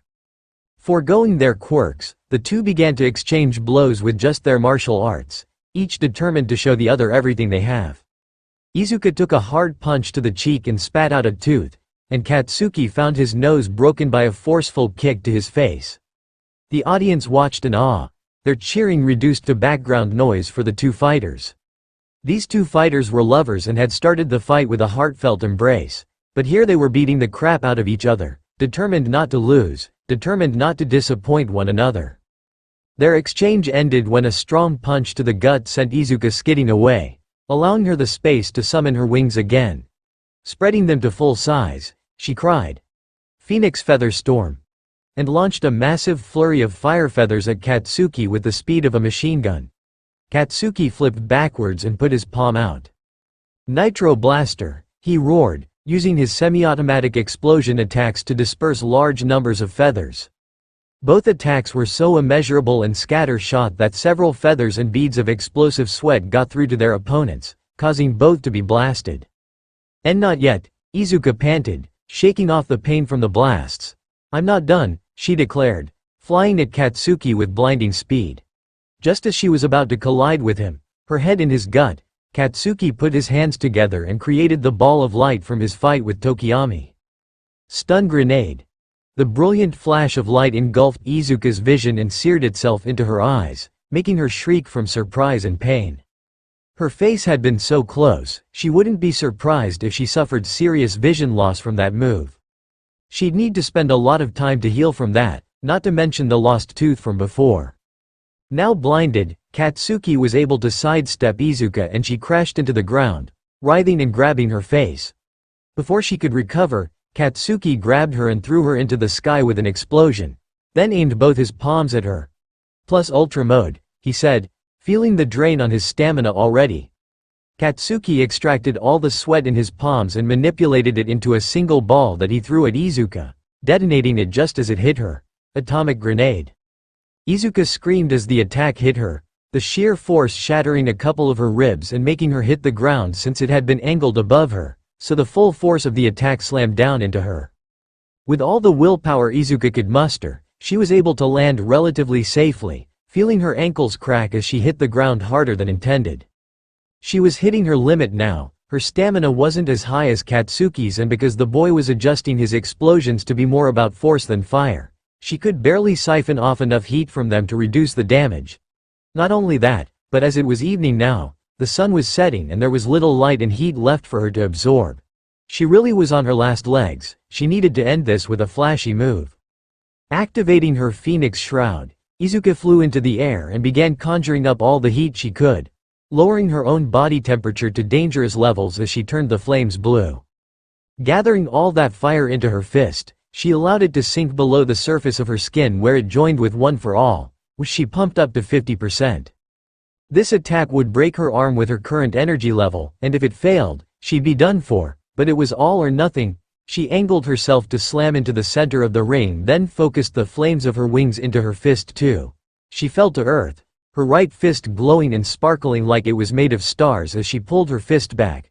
She couldn't hit Katsuki directly, the force would kill him, but if she hit the ring, she'd blast him out for sure. Celestial Grand Smash, she cried and smashed her fist into the dead center of the ring. A piercing white light erupted from the point of impact, engulfing the ring and sending a shock wave of pure energy outward. Everyone in the arena was slammed back in their seats. The glass of the VIP boxes, which was bulletproof, cracked and nearly shattered. Everyone standing was knocked on their backsides and the smoke and dust cloud from the impact could be seen from miles away. Midnight and Cementos had been knocked into the arena walls with such force, they left indents, but as the smoke cleared, Izuka couldn't see One for Katsuki. "Nice try," a voice said. Izuka paled as she turned and found Katsuki standing there, panting and with reddened skin, but very much unharmed and still in the ring. He was stood in a crater that was slightly deeper than the one Izuka had made. No way. How? Izuka yelled. Katsuki smirked, though even that seemed to take effort. "I gathered about half of my remaining sweat and used a tiny atomic flash. The shock wave was enough to offset yours, though the damn heat of your attack blew mine out of the water. I burned to a fucking crisp, but on the bright side, I still have some sweat to use, and you're fresh out of power." Izuka groaned in pain. Her arm was broken and she barely had the energy to stand. "I'm not done." The explosive boy smiled, an earnest and kind smile. "Yes, you are. Sorry Izukan, this is it," he said, suddenly running at her. With an explosive kick to the chin, he launched her into the air, then launched himself and grabbed her, seemingly hugging her in midair. He then shot them back down head first, making them collide with the ground with a massive explosion. Izuka cried in pain and flopped to the ground while Katsuki groaned and stood back up. That was Megaton Grand Hammer. "Don't get up Izukan, it's done," he panted. Midnight, who had peeled herself out of the wall and returned to the referee post, looked at Izuka with a sad sigh. "Izuka Midoriya is don't," Izuka whimpered. She was on the ground, trying desperately to stand, but every time she tried, she crumpled to the ground with a whimper. "I'm not done." "Izuka, you've done enough, you can't keep fighting," Katsuki yelled. The light within Izuka's soul flickered to life, stronger than before. Izuka whined, but pushed herself to her feet. Midnight watched closely, ready to call the match the moment it became clear that Izuka really couldn't continue. She really should have called it already, but the girl was so tenacious and tried so hard, she didn't have the heart to stop her. "I need to show the world I'm here," Izuka thought. The light grew. "I need to finish things with Endeavor." The light grew. "I need to win for Ochako, who is rooting for me." The light grew. "I need to win for Momo, Tenya and Hitoshi, who were beaten by me." The light grew. "I need to make Mom and Papa proud." The light grew. "I need to prove myself to Kachan." The light grew. I want to win," the light burst forth. Izuka felt the massive rush of light fill her body, bursting from her soul and filling every cell of her body. Her pain and fatigue was forgotten, though it remained just below the surface of her consciousness. Her flames were rekindled, but focused, folding in on themselves until they felt impossibly tight, then folded in some more. To the shock of everyone, Izuka stood up, her eyes shining more brilliantly than anyone could ever imagine, bewitching Katsuki as he stared into them. Izuka smiled. "I will win," she declared, as her flame wings returned, though not in their previous form. Now, her wings were made of pure white flame and had split into 6 smaller wings. Izuka felt this new power as a voice echoed through her head. "I have built this power. Use it well." Who is this? Did someone link with me? She thought back. "No, I have been with you for half a decade, and was with 8 others before you. I am one for all." Now go forth, hero, and achieve victory. I give this to you, your plus ultra." Izuka, without even thinking about it, pointed her palm at Katsuki, who was already preparing to guard a fire attack. But it wasn't fire that came forth. The center of her palm seemed to turn to crystal, and from it, a beam of light shot forth. It glistened as brilliantly as Aoyama's laser, though was golden rather than blue. Katsuki wasn't prepared to face that and was struck hard, right in the center of the X-shaped burn from earlier. The beam cut into him, but only by an inch, and when the beam ended, Katsuki fell to his knees. Damn, didn't expect that. How long have you had that trick?" Katsuki coughed. Izuka smiled, but it was strained. "This is new, I don't think I can keep this up for much longer," she admitted, the pain from before beginning to intensify and her stamina was scraping the bottom of the barrel. Any minute now, she'd collapse. "This will be the final move, Kachan. Whoever wins this, wins the match," she declared, putting her hands together and preparing to fire a single massive beam of light. Katsuki got to his feet and grinned maniacally. This was what he loved about Izuka. She never gave up, never stopped, and never accepted less than the best from herself. She would give him her everything, and he would do the same. "All right. Let's do it," he yelled, putting his own hands together and gathering every single last drop of sweat still within his body and focusing it there. This was his final trump card. A move he'd never normally use on a person and was reserved for taking down any more Numu he encountered, but for Izuka, his Izuka deserved the best. Izuka's palms turned to crystal and a huge beam of golden light shot forward to strike Katsuki. In return, Katsuki released the most powerful explosion he still had in him, shaping it carefully to blast forward and not outward so as to meet Izuka and her attack head-on. Divine Ray. Atomic Nova. The two attacks collided, and after that, none of the observers were entirely sure what happened. The light and noise from the collision blinded and deafened everyone in the arena for a few seconds. The heat of the attacks made it feel like it was the middle of summer, and it was so bright, it temporarily looked like noon as opposed to late evening. The two attacks struggled against each other as their users pulled out the dregs of their power, until finally, the power of the Divine Ray overcame Atomic Nova and Katsuki was bathed in the beam's light. It hurt, but was not as painful as before. It was like his whole body suddenly ached and stung, like he'd gotten a bad sunburn. When the light finally subsided and everyone could see, Katsuki was on all fours, breathing hard while Izuka floated down to the ground, equally drained. "Izuka, damn, you did amazing, you win," he groaned, before passing out. Midnight stared down at the boy, then looked wide-eyed at Izuka, who had lost her wings and was back to normal. Whatever light had been there, it was gone now, and she was only standing on sheer willpower. She shook her head. "Katsuki Bakugo is unable to continue. The winner and champion of the first-year UA Sports Festival is Izuka Midoriya. Words can't describe it. After the most brutal battle in the history of this event, Midoriya unleashed a power we've never seen and attained victory. That's one hell of a trump card. Midoriya, do you have any words for your new fans?" Present Mike asked as Midnight handed her microphone to Izuka. Izuka gently took it and raised it to her lips, while her other hand pointed to the sky. "It's okay now, because I am here," she declared. The crowd exploded into cheers and Izuka handed the mic back. In the stands, Class 1A was celebrating with party poppers, streamers, and even tiny fireworks that Momo created, as well as using their quirks to put on a little celebratory display. Inko was crying her eyes out and screaming to whoever would listen that the hero in the ring was her little girl. Toshinori looked proud beyond measure, like he was about to charge the ring just to hoist her onto his shoulders. The last of her energy drained, Izuka finally passed out. The exhibition match and award ceremony would be put on hold until she recovered enough to stand, as she and Katsuki were taken to the infirmary. Nezu and Recovery Girl frowned at one another as they looked at Izuka, and moments later, Toshinori and Aizawa met them in the infirmary. Recovery Girl sighed. "It happened much sooner than I expected. The light she used in the arena today is proof, though. Our worries have come about and we failed to warn her first." Nezu shook his head. "None of our information showed it would happen this fast. This is going to be troublesome. Class 1A is going to be behind her, so she'll have their support, but how will Izuka take this?" Aizawa sighed, looking to All Might. "She has just won the sports festival and achieved the first goal of her dream. I can't spoil that for her, Toshi argued. We have too. Recovery Girl said reluctantly. We underestimated the power of Izuka's natural evolution. Quirks always grow stronger with time. I just didn't think Link evolution would react with One for All in such a way. Izuka will be pleased she can still be a hero. But how pleased will she be when we tell her she is no longer technically human? Chapter 23.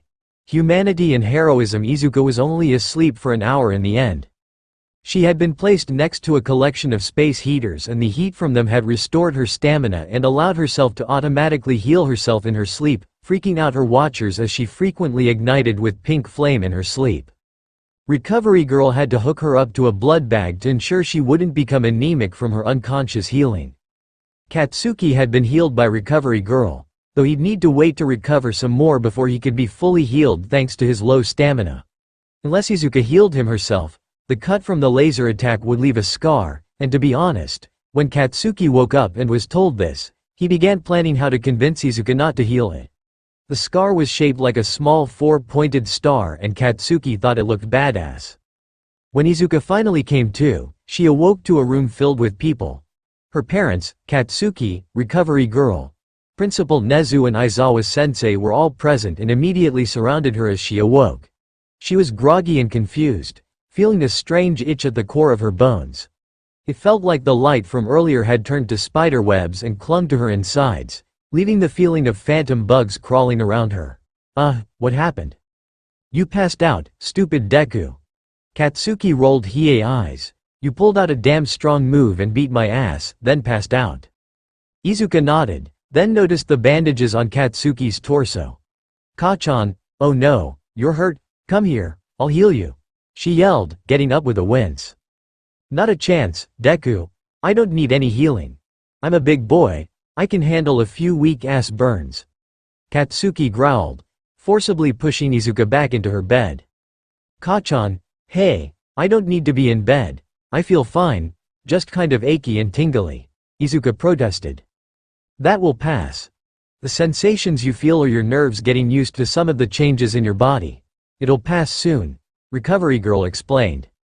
Izuka raised an eyebrow questioningly, but before she could ask, her parents were surrounding her, hugging her and kissing her cheeks over and over, making her giggle and playfully shove them away. Mama, Papa, you'll get slobber on me, she laughed. You did so well, baby. You won the sports festival. I fainted like 6 times during your fight with Katsuki.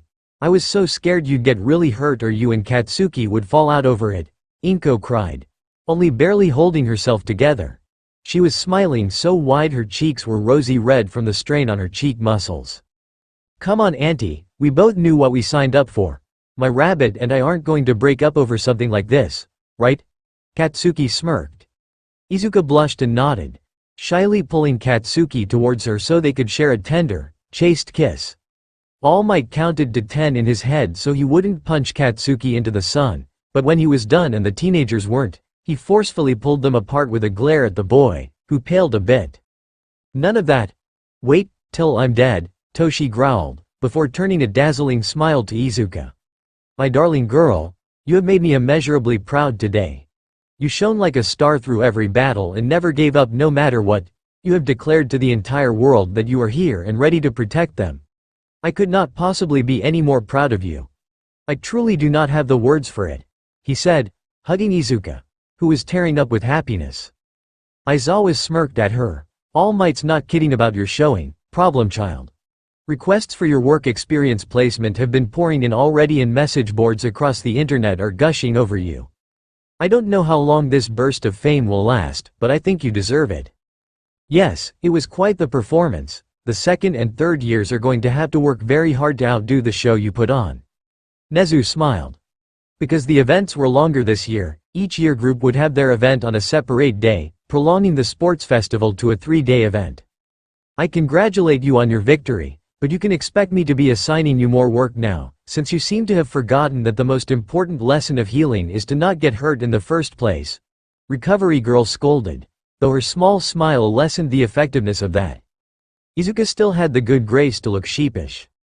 So, when is the exhibition match and award ceremony? Izuka asked. They'll begin when we give the go-ahead. Every pro hero watching the event has steadfastly refused to leave, in case you challenge them. But first, we have something very important to talk about. Namely that strange power you used to win the fight. That light was definitely not an ability of Phoenix, One for All or Link Evolution. Nezu said. His tone wasn't accusatory, but it was blatantly curious, as if the mouse man hoped Izuka could shed some light on the situation. Izuka frowned and looked at her hand. I don't really know. Ever since a few days ago, I felt a strange tingling in my chest. I sort of imagined it as a light in my soul. As I fought today, I felt it getting bigger and spreading further, but when I fought Kachan, it sort of exploded. It filled me up completely and I gained that power. I can still feel it, but only barely, she explained as best she could. The power she used was not like her normal quirks, and yet she knew she wasn't linked with anyone, so it couldn't be possible for it to be someone else's power. It certainly looked and felt like Aoyama's laser, at least when she attacked with that light beam. The adults looked at each other thoughtfully, while Katsuki just looked confused. Izuka shrugged at his questioning look, then suddenly remembered something. Wait, I heard a voice. What? From where? All Might asked, looking around urgently. No, not now, during the fight. A voice in my head, it said it was One for All, Izuka exclaimed. That certainly caught the adults' attention. What, is that even possible? One for All is a quirk, not a person, Aizawa pointed out. It actually fits a theory of mine. Nezu said, One for All passes along the stockpiled strength of each wielder to the next, but I believe it also passes along a portion of the previous owner's spirit. In All for One's notes, he believed the same as he stated that a quirk with a spirit couldn't be stolen, just like One for All couldn't be stolen. Plus, quirks with their own form of consciousness have been proven to exist, including your own students, Shota. Tokiyami's Dark Shadow is a prime example, and Yaoyorozu's quirk gaining consciousness through evolution has proven it can occur even after the quirk is born. So One for All has pieces of its wielders inside it, so now it can talk? Fucking creepy, Izukan. What did it say to you? Katsuki asked as Izuka's hands twitched with the urge to write Nezu's theory down. It told me it had been with me for half a decade and was with 8 others before me. When I manifested that light power, it told me that it had built it, Izuka answered. So One for All, built? That power? All Might, can you do something like that? Aizawa asked. No, I've never spoken with One for All. I don't know if I can. Toshi answered with a shrug. He was a bit jealous of Izuka for being able to do that. Nezu scratched his chin for a moment, then smiled and clapped his paws. I believe I have figured it out. One for All has had its spirit for a while, but has only likely gained the ability to communicate due to being within Izuka. Her link evolution has evolved One for All to the point it can roughly communicate, much like it did to Yaoyorozu's creation. As for the power it built, allow me to explain my theory. The mouse principal hopped onto a stool beside Izuka and pulled some sheets of paper from his pockets. On them, he drew several stick figures and labeled them.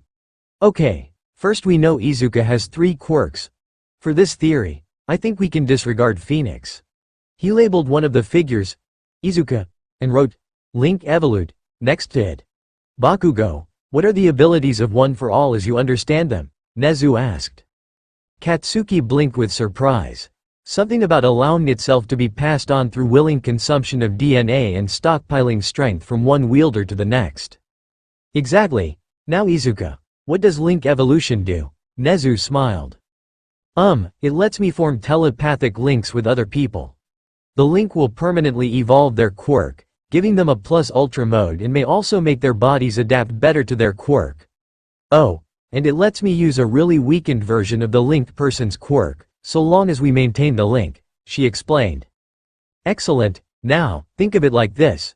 You're able to create a new link through flesh contact, but once it's done, you can recreate an old link telepathically. Why? Nezu asked. The group shrugged, not sure where Nezu was going with this. Nezu just grinned excitedly, because to create a link and allow the evolution to take place, and to allow Izuka to use their quirk, there must be DNA to DNA contact. Izuka's rapid evolution then adjusts both bodies to evolve the other's quirk and allow Izuka to use theirs. Once that evolution has taken place, Izuka retains the DNA changes, just as the other person does. The evolution doesn't end when the link does. So why should Izuka's ability to use their quirk? But if I permanently gain their quirk, why do I need to link again to use it? Izuka looked confused. Because while your body is adapted to the change, it doesn't actually retain the instincts or mental mechanics to use it. It would be like growing a limb with no nerves to move it. You need to establish a mental link to gain the knowledge, which is why you can only use the power while linked and why when you are linked, you gain the instinctual knowledge on how the quirk works. But what does this have to do with her new power? It sounds like just a way for her quirk to create a shortcut for the links. Inko pointed out. She was an intelligent woman, but she was struggling to keep up with this conversation. One for All stockpiles power, but now that it has evolved, I believe it can stockpile those instincts she gains from linking. Then, with its evolved consciousness, it reads Izuka's intentions and forces Izuka's own evolution to evolve the instincts of those quirks together to create a brand new quirk. Nezu finished. He drew more on the paper, labeling the other two figures, Link 1, and Link 2 inches, then drew several lines between them. See, can you explain that a bit easier? I don't think I'm getting it, Izuka confessed. Aizawa covered Nezu's mouth before he got into another long-winded explanation. When you link with someone, One for All stockpiles a bit of that person's power. Then you need it. It uses your evolution to combine those pieces into new quirks. Nezu pushed Aizawa's hand away. It's more complex than that, but that is the essentials. Izuka frowned, looking down at her hand. She could feel that new power, but it didn't feel like a quirk, like One for All or Phoenix. It felt like an extension. Like if she just pushed her Phoenix quirk harder, she'd be able to reach it again. She explained this feeling, whereupon Katsuki smirked. So you don't make new quirks, but new plus ultra modes. You didn't have one for yourself, so One for All built one with the fragments of linked quirks. That's pretty fucking cool. Hey, can you make one using the fragment of my quirk? Izuka shook her head. I don't think I can control it.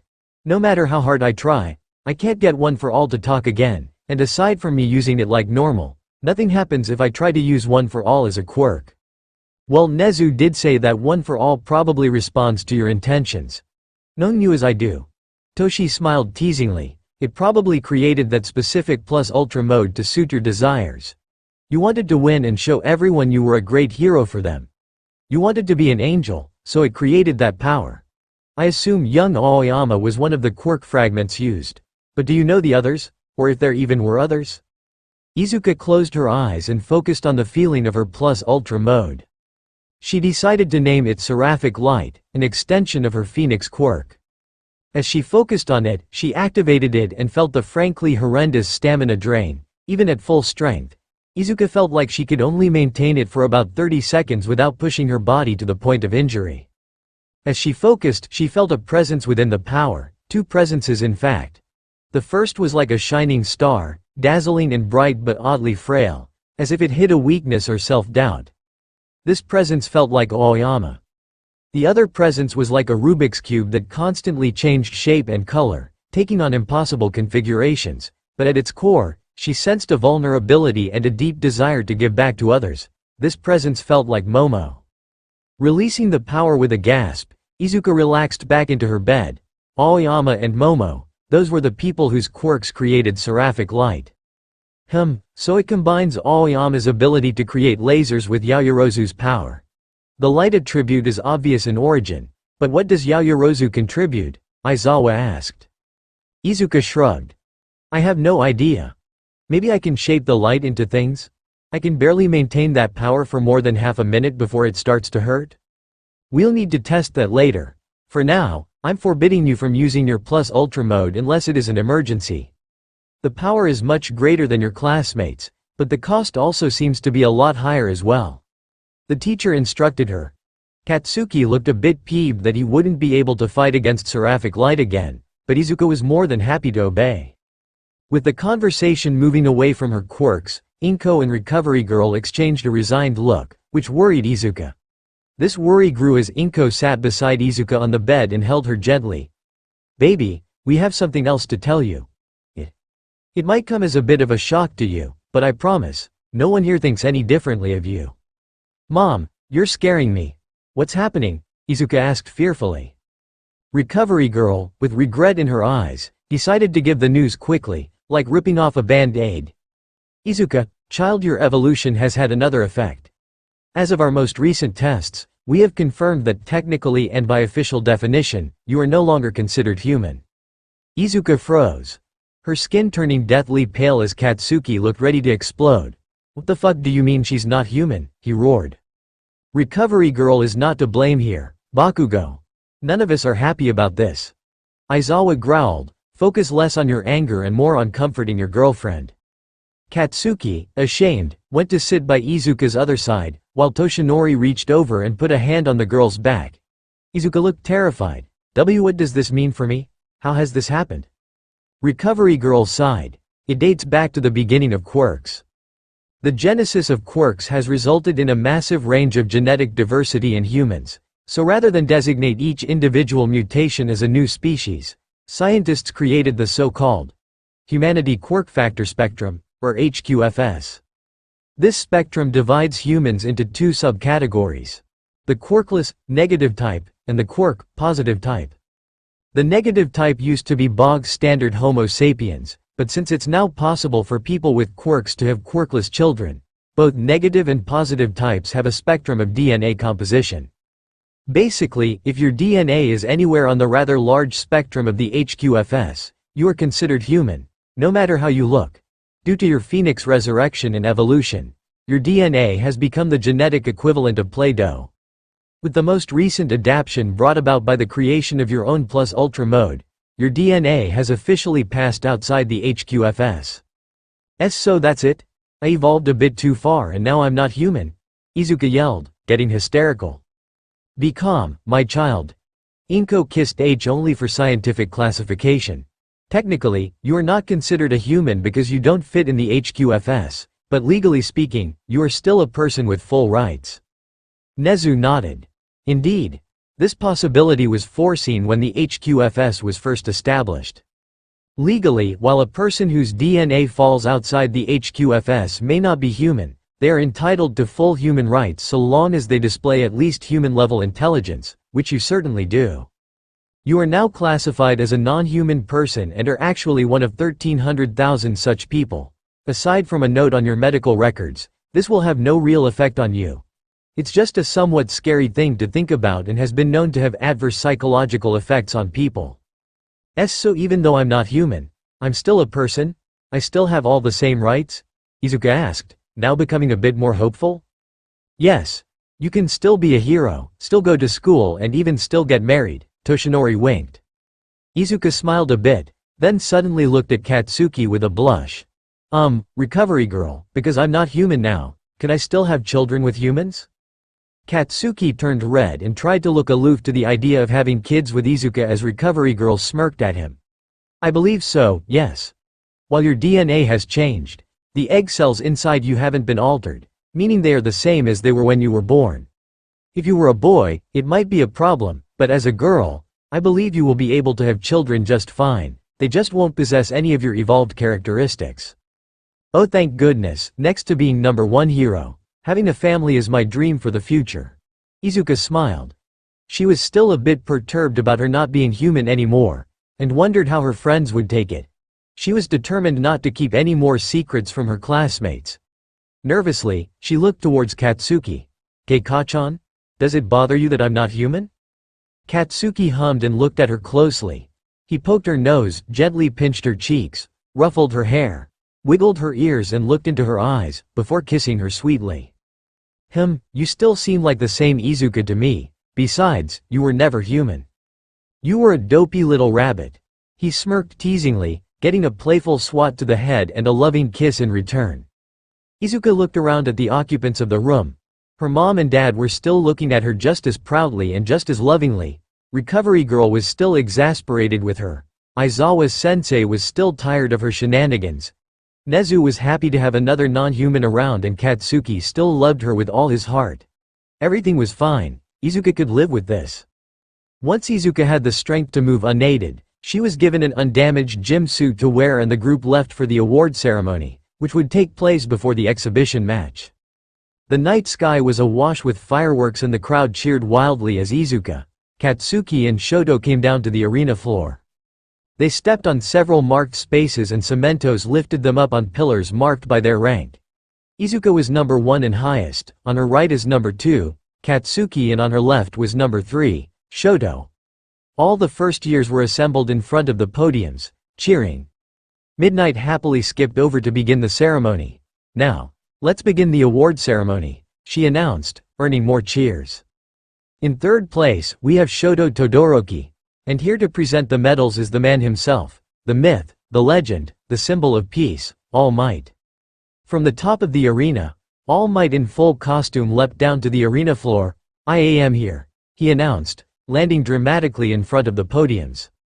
The audience went nuts. Whoa, the first years are so great that All Might himself was watching. "Yeah, these kids are something else.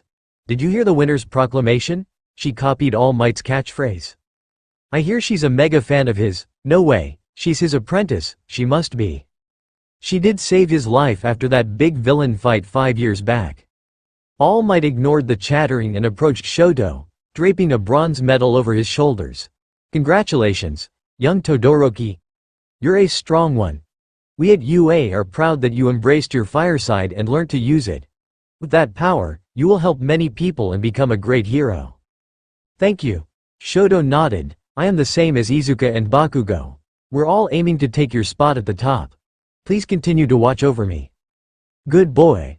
I look forward to it." All Might smiled, moving on to second place. Midnight grinned. In second place, we have Katsuki Bakugo.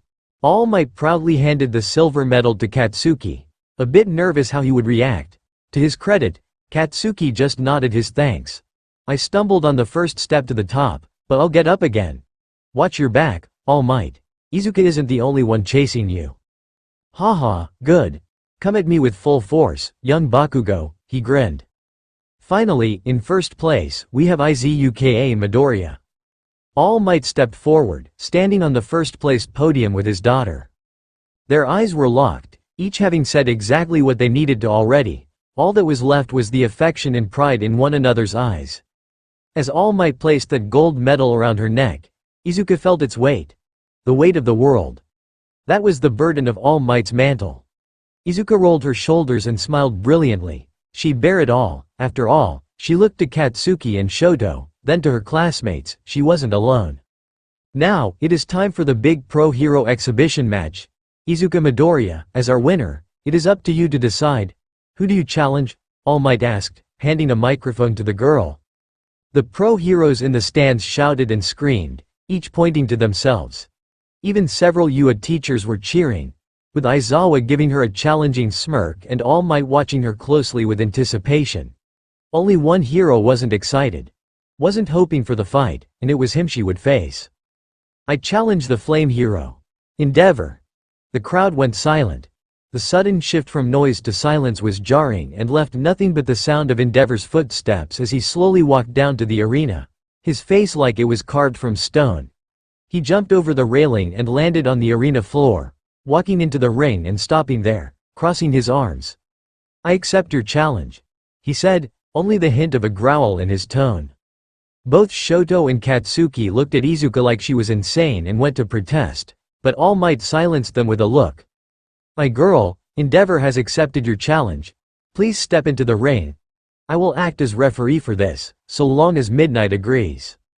The R-rated hero nodded, secretly relieved. She didn't want to have to tell Endeavor to back off if he went too far.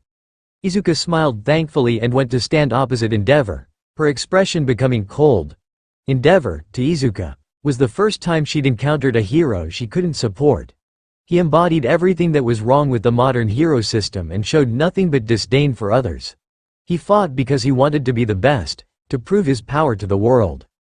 As Izuka took up her stance, a part of her tried to justify why she was doing this as heroic. She was doing it to understand Endeavor, to find the problem and maybe fix it, to make Endeavor a better man. It was the right thing to do. To change his mind by using the only thing he understood, power and force. But a deeper, primal side of her whispered another desire. To punish him. Izuka wanted Endeavor to hurt, to be ashamed, to be broken. It was a dark feeling and one Izuka hated, but one she couldn't deny. "I'm ready," Izuka said softly. She wasn't, but she had to be. As am I, Endeavor replied. He truly was ready, but he'd soon change his mind. I'll end this in one blow, he thought. All Might nodded. Very well, then let the exhibition match begin.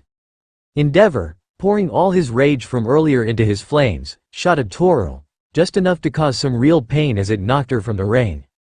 Izuka didn't move, she didn't even flinch as the flames engulfed her, then began being sucked in.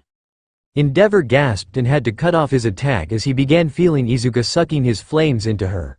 When the last of the attack was absorbed, Izuka was stood there, steaming lightly, but unharmed. In fact, she looked healthier than she'd started. Izuka smirked at Endeavor's astonished face. I am immune to fire and can absorb it to restore my stamina. Plus, there's no limit. I could bathe in a volcano if I wanted, she told him. Endeavor paled. He knew her power involved fire, but he just assumed she had strong resistance, which his naturally overwhelming power would run over. But no, this wasn't resistance.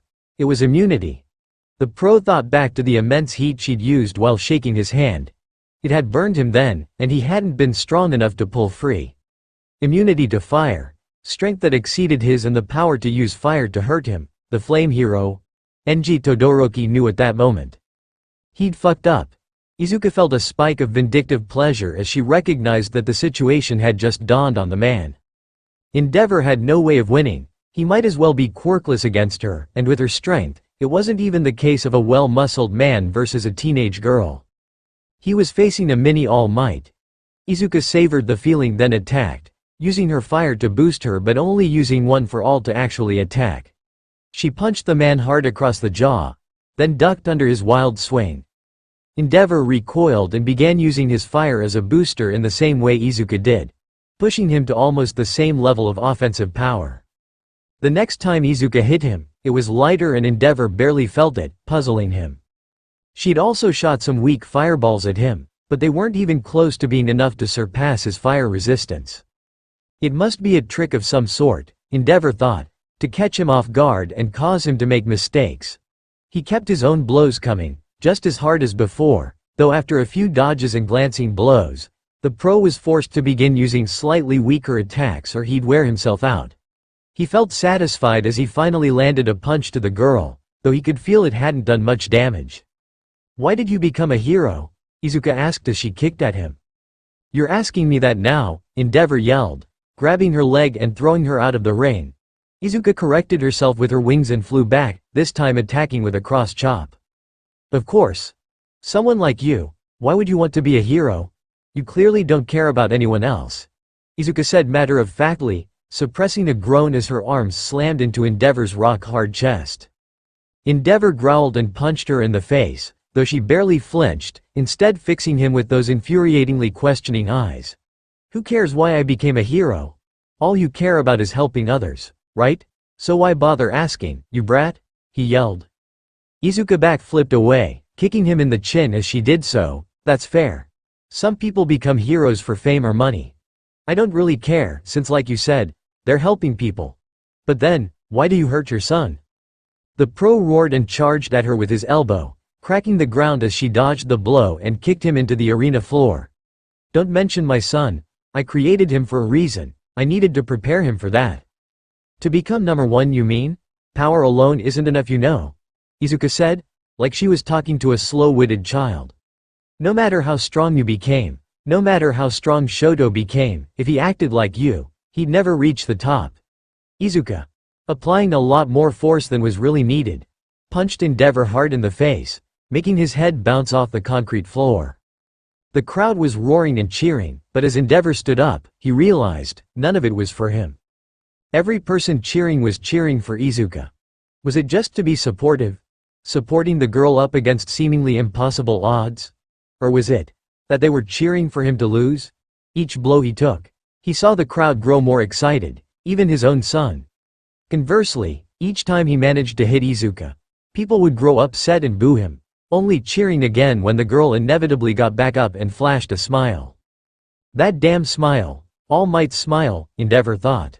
A person that the people can't trust, that people don't feel hope at seeing can't become the number one. Izuka yelled, punching Endeavor in the gut. A person who creates children as weapons can't even be considered a hero, she continued, this time uppercutting him. And on top of it all, a person who gives up and shoves his ambitions on someone else has no right to stand on the same stage as All Might. She finished her tirade with her holy palm technique, burning the shape of her hand into his chest. Endeavor groaned in pain and backed off, making some distance between himself and the girl. He was furious. How dare this girl lecture him? He was the damn number 2. But not number 1. The people hate and fear him. He had scorned his own fans long ago. His children were his business. He made them, so it was his right to use them as he saw fit. They all left him at the first chance. Shoto despises him. Rei, his wife, he'd loved her once, when he still understood what that meant. He had clawed his way to the number 2 hero position at only 20 years old. It wasn't his fault that All Might was an impossible goal for him. His quirk wasn't enough to surpass the insurmountable. But had he really tried? He failed for a while, then gave up and ran away, seeking others to fulfill his dreams, living vicariously through his son like a parasite. He'd even tried to push Shoto to be like him, but what if it wasn't his quirk that had failed him? What if it was something about the man he was, and not the power he wielded? Endeavor frowned, his pride and conscience warring with each other. He didn't want to be the number 1 like All Might, just some people pleaser that smiled all the time. He wanted to be stronger than that, but had he been wrong? Izuka smiled at him, though this time, it was earnest and kind, not vindictive or mocking. She saw the flicker of doubt in his eyes and knew it was time. Nothing else she said or did now would change Endeavor. He'd have to do the rest himself. She'd unlocked the door, but it was up to him to open it. For now, it was time to end the fight. Summoning her fire wings, Izuka flew at Endeavor and threw a punch. Endeavor answered with a punch of his own and their fists collided, flames bursting out in all directions. The two pushed against each other, and to his shame, Endeavor found himself being pushed back. This was it, he was going to lose. But then, just as his strength reached its limit, Izuka smiled again and all the power she was putting into her attack vanished. Endeavor's fist easily overpowered hers and carried on, hitting Izuka in the gut and sending her backwards, out of the ring. The whole time, as she flew out of the ring, Izuka maintained her smile, her eyes never leaving Endeavor's for a moment, even as she collided with the wall and slid down it, defeated. Izuka Midoriya is out of bounds. Endeavor wins the exhibition match, All Might announced, only getting some half-hearted courtesy cheers in response. Endeavor stood there, stunned as his son and the explosive boy helped Izuka get to her feet. He looked around, the UA teachers knew, the top heroes in the crowd knew, All Might knew, Shoto knew. Izuka had thrown the fight. There was no way for him to win, so she'd let him. A final, meaningless victory. It stripped him of his pride and left him empty inside. He couldn't even muster the will to be angry, watching as All Might spoke to the girl. The flame hero walked up to her and in a monotone voice, he asked her, "Why did you do that?" Izuka smiled half-heartedly. 2 reasons. First, I knew it would punish you better than simply beating me, payback for you hurting my friend. Second, if I won, it would mean only bad things. Why? Why would winning be bad? He demanded. Because people would lose hope. Come on, would you want to rely on a hero that could be beaten by a first-year student? Plus, as the number 2, if I beat you, everyone would suddenly think, wow, a first year was able to beat the number 2. We can't rely on him, but then again, since he is number 2, aren't the other heroes weaker than him? Can we rely on them either? People would begin doubting heroes, and once that starts, it never stops. All other heroes would be stained by your loss and villains would be emboldened, thinking heroes weren't so great after all. I simply decided that it was better to lose than to win and cause chaos. Becoming number 1, to me, means everyone in the world is looking at you, so I have to be better than that. I have to be seen as someone that never makes mistakes and only shows a smile to the people, so they feel safe. If I can't do that, then I don't deserve to be number 1. Izuka explained. Endeavor looked completely bewildered. Losing having a lower cost than winning, sacrificing pride for the sake of doing the right thing. The whole concept was foreign to him. Interesting. He said, somewhat distractedly. I will think on that. But if we ever fight again, you will give me all you've got. Shoto, come home whenever you wish. The two of us have something to talk about, he said, then stalked off. All Might gave Izuka a subtle thumbs up, then began the closing ceremony for the first year event. Well everyone, you have seen the winners in a fine battle with a pro hero, but remember this. Everyone here today has the potential to be standing in the place of the winners. The potential even to replace myself as the number one. Competition. Encouragement. Pushing each other to climb higher. Run faster and grow stronger. These seeds of heroism, only just sprouting, will soon grow and cover the world in a new generation of heroes. In recognition of their spirit. Let's give them one final cheer. Everyone say it with me. 1, 2 and plus ultra, Izuka sighed. It had been a very long and chaotic day, but in the end, she thought it all went well. She won the sports festival, declared to the world that she was here to protect them, earned a new power, evolved to something just beyond human and faced Endeavor, potentially opening his mind to change. She smiled and hugged All Might. A successful day. And so, the UA Sports Festival came to an end for Class 1A. Chapter 24. The family of heroes. After the closing ceremony for the first year section of the sports festival, Class 1A tiredly walked to their classroom for a word with Aizawa-sensei before they left. It was late and they were all exhausted. Especially Izuka, who was practically asleep on her feet, though with extreme willpower, she managed to stay alert. Aizawa gave his class a rare smile as he addressed them. You all did well. You made me proud, he said, making the whole class beam at him. He turned to Mineta. Mineta, this was your last day with us. You'll be transferred to Class 1C of the General Education course, as we agreed after the USJ incident. Your change in attitude has been good, and you worked hard today. I hope you return to our class next year. Mineta nodded, not saying a word as he feared his voice would crack and he'd begin sobbing. The class gave the boy some encouraging words and fond farewells, with Izuka even hugging the boy and wishing him well. Mineta, despite his urges, took the hug in the spirit it was intended and left the classroom with a smile, having earned a bit of real respect from his classmates. I'll be back once I've become a really strong and cool guy, he said, giving the class a thumbs up as he left. Once Mineta was gone, Aizawa turned back to the class. Alright, so it's no big secret, but we'll be getting a transfer student to replace Mineta. It hasn't been confirmed who yet, but it'll happen. As the staff are needed for the second and third year portions of the festival, for the next 2 days, you have no classes, so it's up to you what you do. The day after the festival ends for good, a school bus will be going to each of your houses to collect your belongings and move you to the dorms. Since you've all been allowed, you'll be moving in that day, so normal lessons won't resume until next week. Aizawa explained. During that time, scouting reports from the pros watching the event will come in, offering work experience placements. They'll be waiting for you when you get back, so look forward to that. Izuka perked up. She wondered who would send her offers. She was the winner, so quite a few would. She already knew Gran Torino and Sir Night-Eye would, as would Waterhose and the Wild Pussycats, but in truth, they were more out of courtesy than real desire. There was little Izuka would learn from them after spending so much of her childhood with them all. She thought on this more as she went home, and almost immediately fell asleep after a very long day.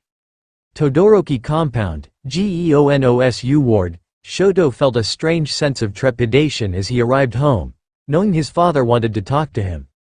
He half suspected him to start screaming or beat on him for his loss, or for Endeavor to take out his own frustrations for his own loss on him, but something about the look in his eyes as he had left the arena made Shoto doubt this.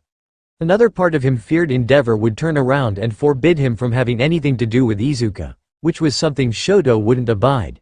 She may not have returned his feelings, but she still cared for him as a friend and he wasn't going to give that up. So it was rather confusing when Shoto returned home and found no hint of fire or screaming. Fuyumi, his older sister, was waiting for him with concern on her face. Shoto, I'm so glad you're home. Father has been acting oddly ever since he got home. He greeted me, which was weird in itself, then raided the pantry for sake and then went to his office, telling me to send you to him when you got home, and I haven't heard a word since. Shoto raised an eyebrow. Did you watch the sports festival? Fuyumi nodded. I did. You did amazingly. You fought really hard, but I was scared for you when you lost to that Bakugo kid. But I was even more scared when your friend challenged father. Shoto smirked. She didn't just challenge him, she humiliated him. How? Didn't she lose? Fuyumi asked fearfully. She threw the fight. Her quirk makes her completely immune to fire and gives her superhuman strength. She could have kicked his ass if she wanted, But she let him win so people didn't lose hope in heroes. Shoto explained. That had been another reminder to the boy that Izuka was already further along on the hero's path than he was. As Shoto doubted he'd have made the same decision. Fuyumi stood there, shocked as Shoto took off his shoes. She called after him as he went into the house, asking if it would be safe for him with their father, but Shoto just gave her a thumbs up and entered his father's office. The room was as orderly as ever, but the temperature was way higher than usual and the faint smell of alcohol permeated the air. Endeavor was sat at his desk, a pair of flasks in his hands, one of which he was drinking from hungrily. Shoto used his quirk to cool himself a bit as he approached his father. "I'm here," he said in a monotone, "so I noticed. Fuyumi isn't very quiet, you know," Endeavor said, swigging from the flask again. His voice was odd. It lacked the usual fury or passion that he usually spoke with and just sounded dead or defeated. "Is this how it is now? You lose and now you drink?" Shoto said bitingly. Endeavor scoffed. "Don't patronize me, boy. You lost too, and it was against an opponent that didn't nullify your every talent. Besides, my quirk burns alcohol away so quickly even the strongest sake only takes the edge off a bit. Maybe if I discovered that sooner, things wouldn't have gone to shit," he said, throwing the other flask to Shoto. The boy caught it and glared at the man contemptuously. "So you want me to wallow in my defeat like you?" Shoto growled. "For fuck's sake, boy, it's water. I know I'm a poor excuse for a father, but even I'm not that much of a failure." Endeavor spat, glaring at his son. "Now sit down, I have some things to tell you." Shoto sniffed his flask, noting it was just water. Endeavor had put the sake only in his own flask. Cooling it with his ice, Shoto took a deep drink then sighed as he sat opposite his father. "What do you have to say?" Endeavor looked out the window wistfully. "It's about your mother. There is a lot you don't know about her." "Whose fault is that?" Shoto growled. Endeavor ignored it and continued on. "While I did seek her out for her quirk, it wasn't the only thing there was to her. I sought a woman with an ice quirk to counter my own fire quirk, as prolonged use would overheat me and I'd weaken. A child with both would have no weakness." "I already know that," his son replied. "Yes, but think about it. How many people do you know with fire quirks? There's at least 2 others in your class, if you count that Bakugo kid as a fire type. Elemental quirks are fairly commonplace, so the number of women with ice or cooling quirks is high. I met with hundreds of them as I sought a wife and each one of them knew why I pursued them, but many didn't care. They saw my wealth and fame and thought it was worth it to have children with me in order to share in it. But I turned them away. I wanted a wife, not a leech or surrogate. When I met Rei, your mother, she was uninterested in my fame or wealth, but apparently liked the man I was beneath it. She knew my desires but instead of scorning them, she resolved to change me, just as that Midoriya girl did for you. Believe it or not, for a while it worked. I convinced her and her parents to consent to the marriage and we were happy for a time. When your eldest sibling was born, I was convinced I could have my cake and eat it too. I could have the child with the power I sought and still have a happy family with the woman I loved." Shoto was frozen in his seat. This wasn't right. His father had always been a monster. He was a villain in a hero costume. He didn't even know what love was. He had hit his mother, hit him, isolated him from his siblings and stopped him from ever having friends. He had cast a shadow over his entire life. This man couldn't be anything but evil.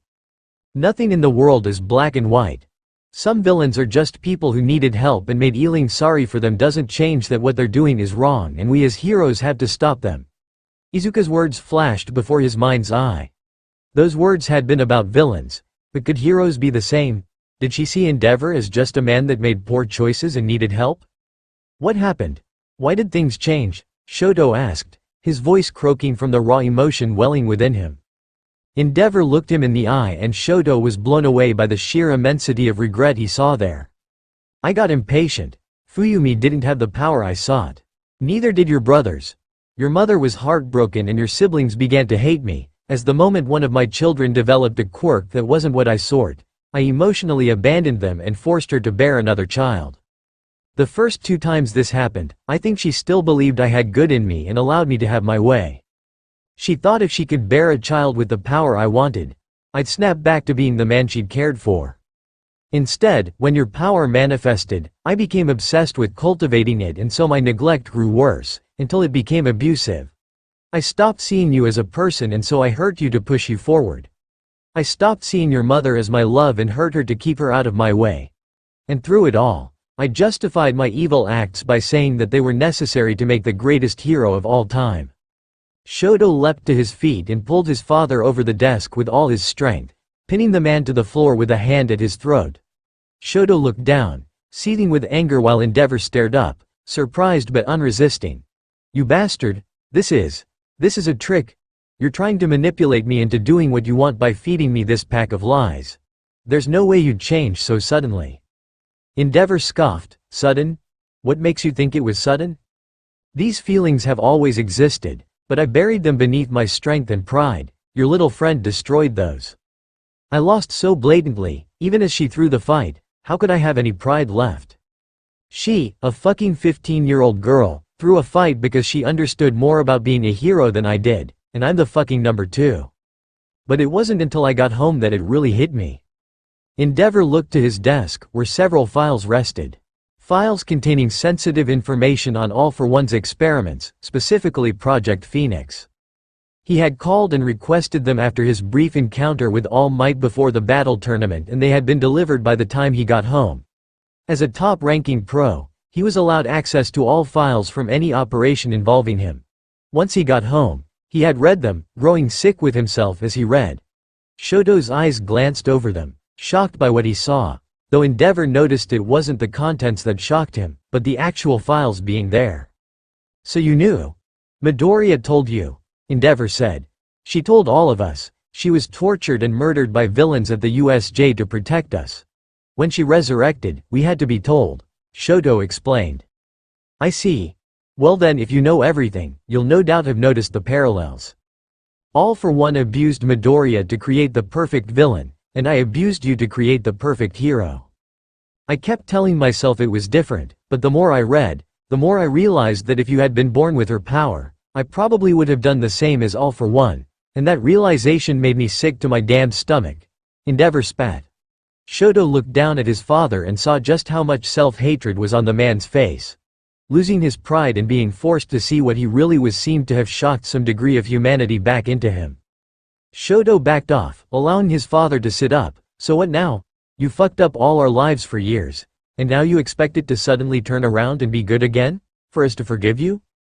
No, Endeavor stated, I have decided to remove myself from your lives for now. That girl asked me, why did you become a hero, and honestly, I don't even remember anymore.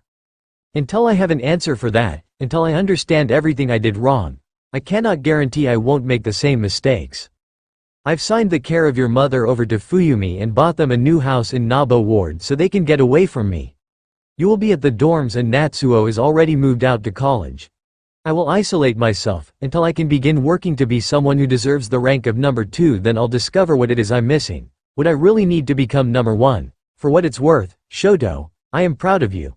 So I want to become a hero you can be proud of too. Shoto sighed heavily and sat down across from his father, swiping his discarded flask.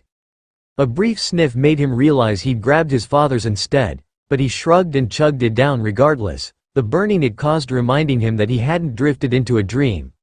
I won't forgive you, he said, but if you truly do become a hero like that, someone that can actually be counted on, I might reconsider. Until then, I'll use you to get stronger, just as I planned, and become number 1 in my own way, Shoto declared. Endeavor smirked and swiped the flask back, drinking what was left of the sake within. I'll be counting on it. Now, tell me how you're going to kick Bakugo's ass and win Midoriya from him. Shoto blushed and stood up. You ruined it and I'm leaving, he said, marching off sulkily as his father's roaring laughter followed him. As he walked, he began to think, all this had happened because of Izuka. Her quirk evolved those she linked with by improving them physically, but what if that wasn't all? She formed bonds with everyone she met, evolving them emotionally, changing them and making them better people. Everyone whose life she touched found themselves in a whole new world with new possibilities. She was an angel. No other word described her. Shoto smiled to himself. He had made a very good friend. Hosu General Hospital. Tenya had arrived at the hospital before the finals of the sports festival and had been waiting alongside his mother ever since. The doctors told them that Tensai had received a lot of serious damage and the surgeons were currently trying to repair a large amount of internal bleeding and remove bone fragments from his shattered spine in the hopes of saving the spinal cord. It was looking unlikely that Ingenium would survive, let alone walk again. The surgery went on for hours and all Tenya could do was worry in the waiting room. He tried to distract himself by watching the final rounds of the sports festival on his phone and he felt proud when he saw Izuka had won. Finally, at 1 a.m., Tensai left surgery, thankfully alive. Tenya and his mother rushed to see him, but the moment they entered the room, they were horrified. Tensai looked tiny in his hospital bed, swamped in bandages speckled with blood and hooked up to so many machines. One could forget there was even a person beneath it all. Through it all, Tensai looked at his brother, his eyes devoid of life. "Tenya, my amazing little brother," he rasped. "I know you. Look up to me, so I'm sorry. Tenya, your big brother failed." "And no, you didn't." Tenya ran to his brother's side. "You fought bravely." "Tenya." Ingenium groaned in pain, the anesthetic slowly wearing off. "I knew it the moment it happened. The villain, he cut my spine. I've lost all feeling in my legs. My life as a hero, as Ingenium is over." "You can't. There are still so many people you can save. So many people to inspire. I can't accept this," Tenya argued. "I don't like it either, but not even Recovery Girl's quirk can heal this," Tensai said weakly. Tenya's eyes sparked. "No, but I know someone who can," he declared, going for his phone. One of the doctors approached him. "Mr. Iida, who are you referring to?" "Izuka Midoriya. Her quirk can heal anything by destroying damaged areas with fire and rebuilding it on a cellular level. She explained it all to power it. She can heal anything but death itself," Tenya explained. "Midoriya? Wait, is she the girl that healed All Might? If she could do that then maybe, but Tensai can't afford to lose that much blood," the doctor pointed out. "No, but she only needs a single drop from Tensai. The rest can come from anyone," Tenya said. "Please, she promised to help if she could. Let me call her." The doctor looked at his colleagues before nodding. Truthfully, they had done everything they could just keeping Tensai alive. So long as Midoriya didn't worsen the situation, and it couldn't get much worse, then they had to let her try. Tenya sighed with relief and immediately called Izuka.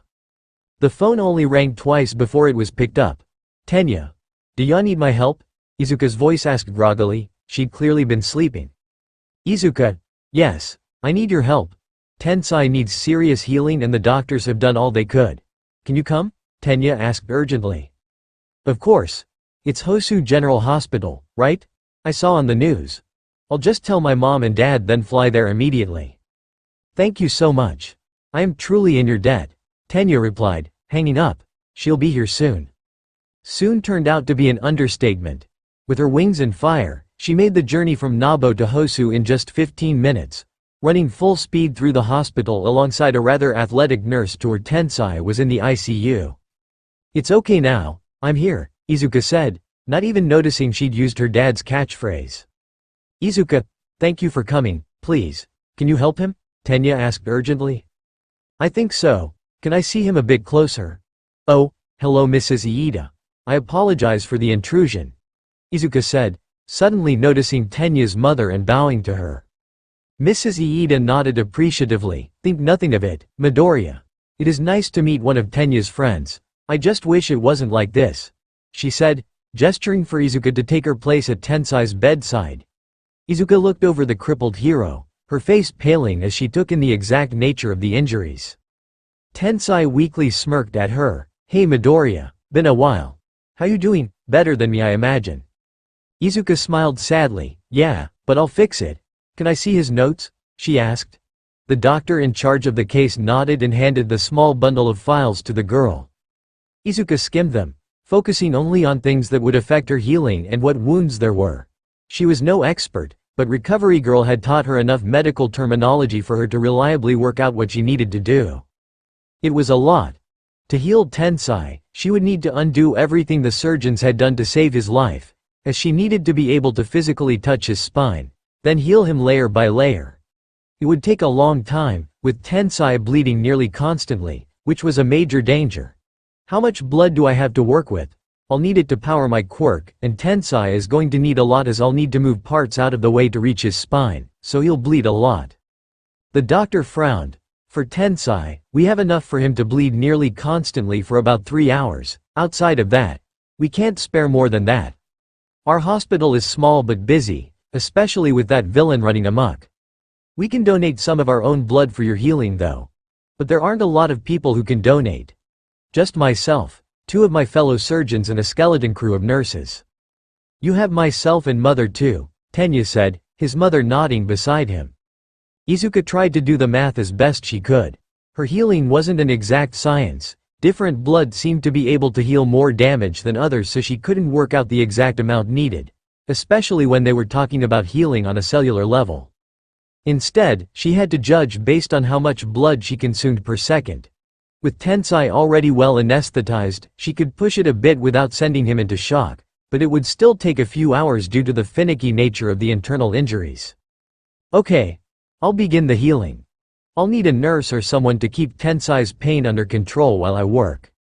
The athletic nurse saluted and ran to grab several syringes filled with anesthesia, returning with his arms full of the stuff. Izuka nodded. I'll be using others' blood first. One at a time. You'll need to cut your palm and then place it in my pink flames. It won't hurt, and I'll stop once I've taken the safe amount. The doctor was the first to volunteer. Tenya was asked to be last, for some reason, and the moment Izuka began the healing process, he placed his cut hand into the fire. Tenya watched and was torn between horrified by seeing his brother's insides and bewitched by the way Izuka healed. She had produced a pink fireball on her thigh so as to keep her hands free for the delicate work, and the doctor had to keep his hand there, much to the man's embarrassment.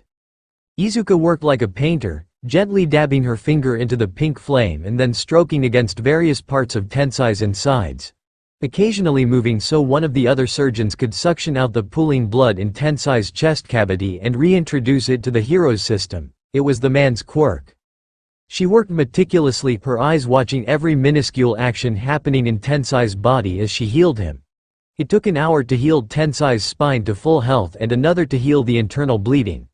One by one, the volunteers for blood donation came to help, and one by one they were sent away after giving as much blood as Izuka would willingly take. Tenya began to feel hope for the future when it was his turn. Then Izuka scowled. Tenya, listen to me carefully. I need you to get everyone out of the room. It is important, please trust me, she said quietly. Izuka, what's wrong? No time now, please do it. Tenya frowned but nodded. Everyone, Izuka requires us all to leave the room. She needs to perform an action with her quirk that is protected by law. Only those who have government approval may know of it. Izuka groaned.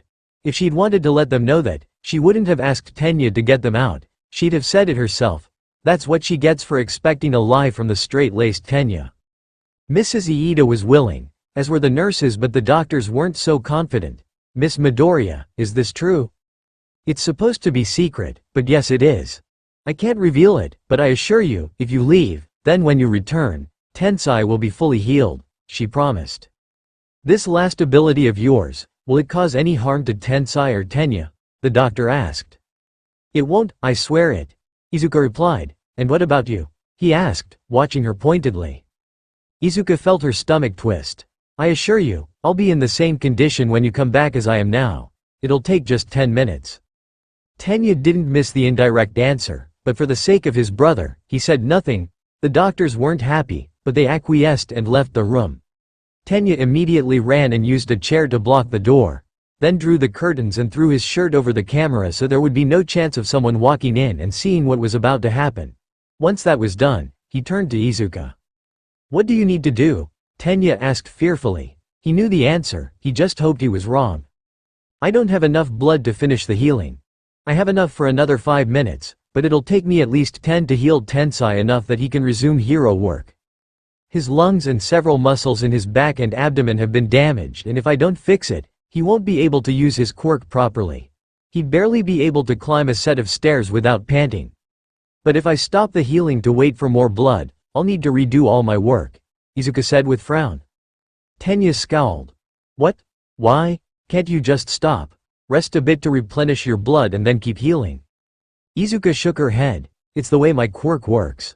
It converts blood into special stem cells that Recovery Girl dubbed Phoenix Recovery Stem Cells, or PRS. Cell covers these cells when they're first created that lets my quirk differentiate them from the cells I use for fuel. When the body is completely restored, the PRS cells lose their power and convert to normal cells. But if I only heal a person partially, they remain as PRS cells to accelerate the healing a bit. It's kind of an emergency fail-safe to keep a patient alive if I pass out or die during healing. But as a downside, the PRS cells will immediately be consumed the second I apply more of my healing flame. I can pause my healing for a few moments without worry, but anything more than 200 seconds and they will lose the coating that stops my flames consuming them in the same way as blood. The tall boy's eyes widened. So if we stop for more than 3 minutes or so, those special cells will all be consumed when you begin again and undo all your work. How long until the PRS cells turn into normal ones if you don't finish healing? On wounds of this scale, I'd say it takes 3 months for the incomplete PRS cells to become unrecognizable as fuel to my quirk's flames, so I'd either have to start again, wait those 3 months to finish the healing, or leave him like this. Izuka looked Tenya in the eye. But if I die, when I revive, my blood will have been replenished and I'll be able to keep going. I have enough blood that if you kill me by slitting my throat, my blood will feed the flames long enough for me to revive and take control. She explained, placing the remains of her pink flames into the wound so they could heal without her direct control. The remaining work didn't need any fine control anyway, so that was fine. Tenya paled dramatically. Why, you can't, we should wait the 3 months.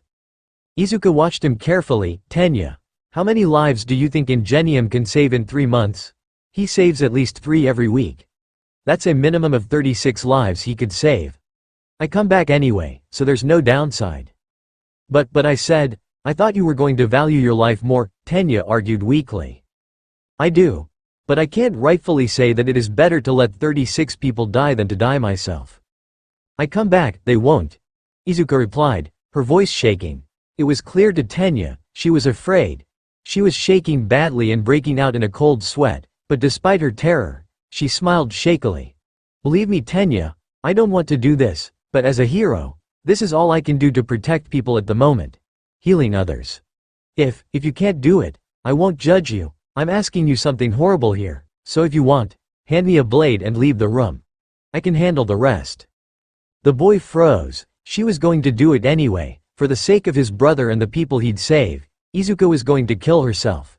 It felt like some kind of pagan ritual. Sacrificing herself for the benefit of the people as a whole. Tenya felt ice building in his soul. He wouldn't leave her. He wouldn't avert his eyes.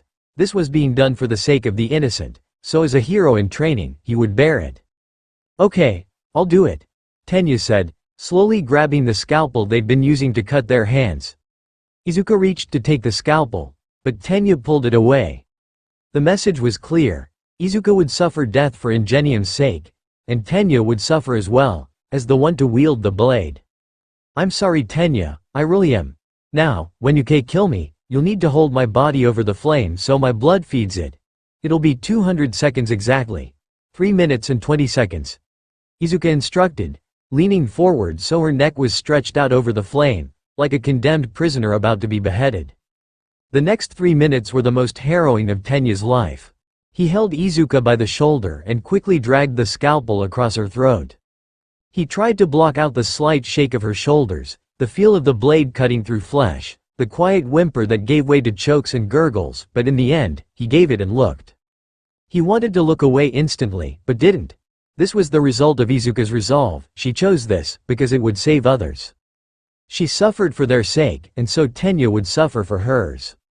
He wouldn't let her suffer alone. The blood flowed freely onto the pink flame, which continued to burn, healing Tensai and slowly restoring the hero to peak condition. It took only a short time for Izuka to die, her body simply stopping, like someone had cut the strings of a puppet.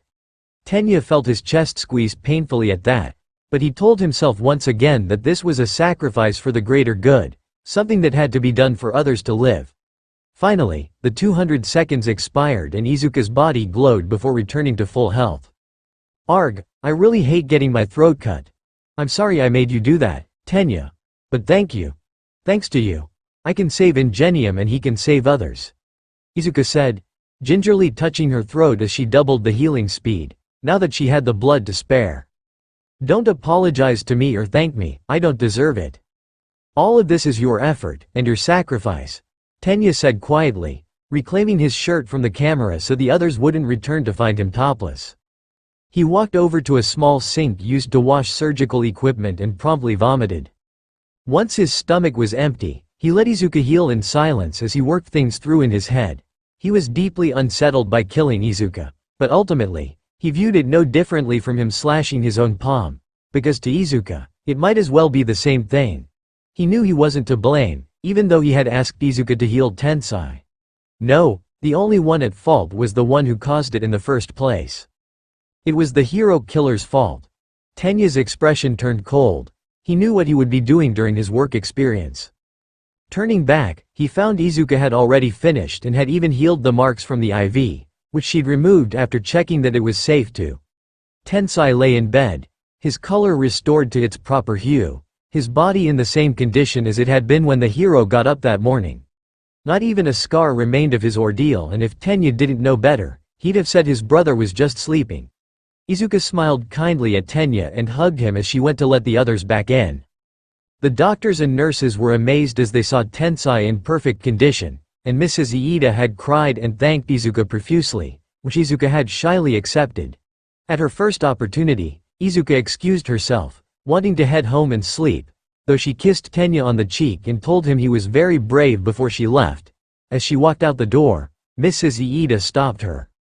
"Please, Miss Midoriya, there must be something we can do to repay you," she said earnestly. Izuka just smiled kindly. "I was just repaying my debt to you and Tensai. Now we're even. Tensai gave me his autograph after all," she chirped, only half joking. Mrs. Iida giggled, then looked puzzled. "But, what debt did you owe me?" Izuka looked Tenya in the eye, smiling warmly. "You gave me one of my best friends. I've got to go now, good night," she said before running off, eager for the warm embrace of her own bed. Tenya watched her leave, his heart twisting painfully. She'd done it again, like an angel. Izuka had flown in and made his problems disappear, and this time, she'd been hurt doing it. His mother took his hand. "You've made a good friend there. She's a funny little thing, but she'll be a great hero," she said. "Yes, she will," Tenya said. "And the hero killer would pay for his part in this. Tenya would make sure of it." Chapter 25. A phoenix no more. When Izuka returned from Hosu General Hospital after healing Ingenium, it was very early in the morning, yet her parents were waiting up for her. She'd told them what she was doing, of course, but that didn't mean they had been happy. Izuka hoped they wouldn't scold her too much, since she was so tired, but she had to confess what happened. Inko and Toshinori sat on either side of their daughter as she told them about how Ingenium had been cripplingly wounded by a mysterious villain in Hosu and had been left paralyzed. She explained how she had promised Tenya she would come to help if Ingenium needed healing that the doctors couldn't manage, which had led to the 1 a.m. desperate call. She told them of how she'd worked for hours and consumed as much blood from herself and the others present as she could, before deciding she had no choice. Inko gasped and Toshinori grimaced as she told them of how she had convinced Tenya to slit her throat to heal his brother, but she explained her reasoning, and while neither liked it, they knew there was no real argument to be made or other option. The hospital didn't have the blood to spare, and Ingenium would help a lot of people, plus there was technically no downside outside of a potential hit to Tenya's mental health. When Toshinori had mentioned that, Izuka had begun to panic and cry, calling herself an awful person until her parents were able to calm her and lull her to sleep. The next day, Izuka woke late. In fact, it was already evening and the second-year sports festival had ended already, but when she came down, she found her parents sat around the dining room table, chatting with the Iidas. "Tenya, Ingenium, Mrs. Iida.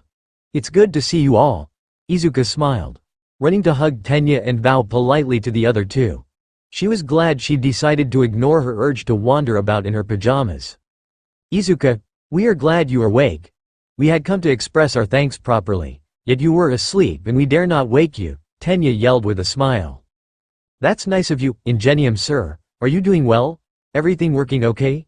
Izuka asked, sitting at the table with her parents. The pro-hero was dressed in his hero gear, sans helmet, and grinned widely. His hair was buzzed down so the doctors could stitch a bad head injury, so while the injury was gone, the hair couldn't be restored so easily. Please, if anyone has the right to call me Tensai, it's you. You saved my life, and at the cost of your own, he smiled. She tends to do that, more often than I'd like. Inko deadpanned. Izuka gaped as Tensai so cavalierly stated her secret in front of his mother. Seeing her daughter's expression, Inko giggled. Honestly, we couldn't exactly not tell them. Tenya knew already, and Ingenium is a top hero. It's only fair I tell their mother. Indeed. Mrs. Iida stated, standing up and bowing low. My name is Yumiko Iida, the former pro-hero Slipstream. I wish to offer my heartfelt thanks to you for healing my son. Tensai lives to be a hero, and if you hadn't made the sacrifice you did, he would have been forced to retire. We of the Iida family are in your debt. Izuka squeaked and returned the bow, forgetting to stand first so accidentally hitting her head on the table. The Yagi Midoriyas tried to restrain their laughter while the Iidas watched bewildered as the girl whined in pain, then jumped up and bowed properly. Slipstream.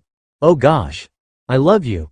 You were one of the top female heroes of the last generation and the top female rescue hero before you retired. See, can I please have your autograph? Yumiko blinked. Of course. Is there anything else you want? I'd be happy to do whatever I can. With my late husband having passed away and Tensai still unmarried, I am the de facto head of the Iida family. There's a lot I can offer you. Izuka grinned. Just the autograph would be good, you don't owe me anything. She said, before racing off to find her older notebooks. When she returned, she had an old and well-used notebook in hand, which had been well cared for, considering how it had been carefully repaired and the corners were still sharp and not rounded. Izuka flipped to one of the early pages and showed Yumiko the entry for Slipstream. The picture was a childish replication of an old newspaper photo, drawn in crayon, and the notes were written in emotional language and in a childish hand, reflecting Izuka's young and immature self when she made the entry. The notes weren't as analytical as Tenya and Tensai were used to from their own pages in Izuka's notes, but they still showed a fair amount of interest and creativity. This is wonderfully done. You should have a hero analysis and strategy business when you grow up. Yumiko winked. You know, in what time you have between saving people.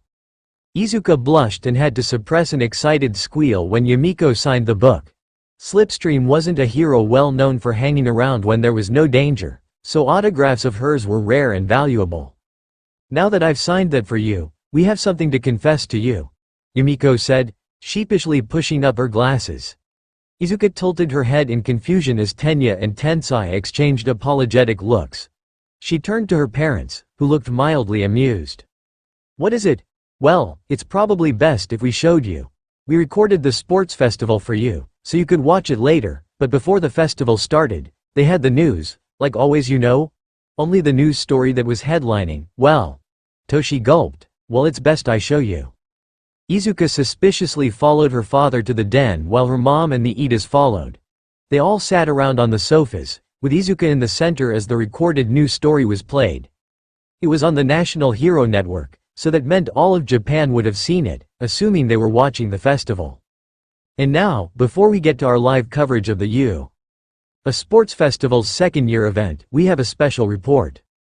Yesterday afternoon, we reported that the notorious hero killer suspected to be operating in Hosu Ward had attacked pro-hero Ingenium and succeeded in gravely wounding the hero.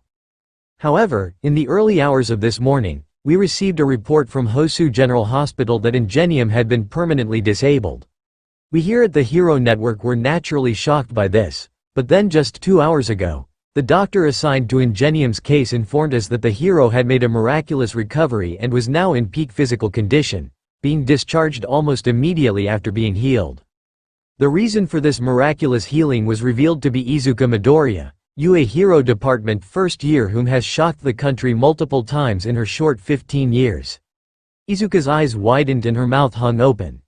A picture of her was on the screen, and not just any picture. It was one of her during the final moments of her battle with Katsuki. With her 6 wings of light and her angelic appearance. Truthfully, she barely recognized herself. For those of you unaware, Midoriya first became known to the public when she tragically fell victim to the All-for-One kidnappings.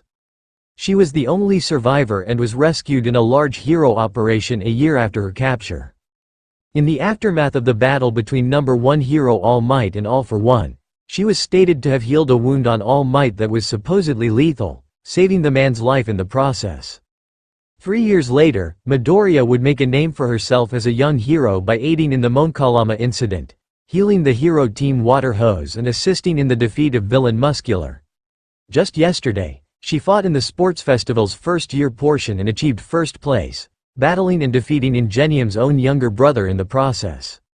A series of clips played, showing her actions in the obstacle race, the speech she made in Hitoshi's defense and the winning blows against Tenya, Momo and Katsuki, and even her final attack against Endeavor.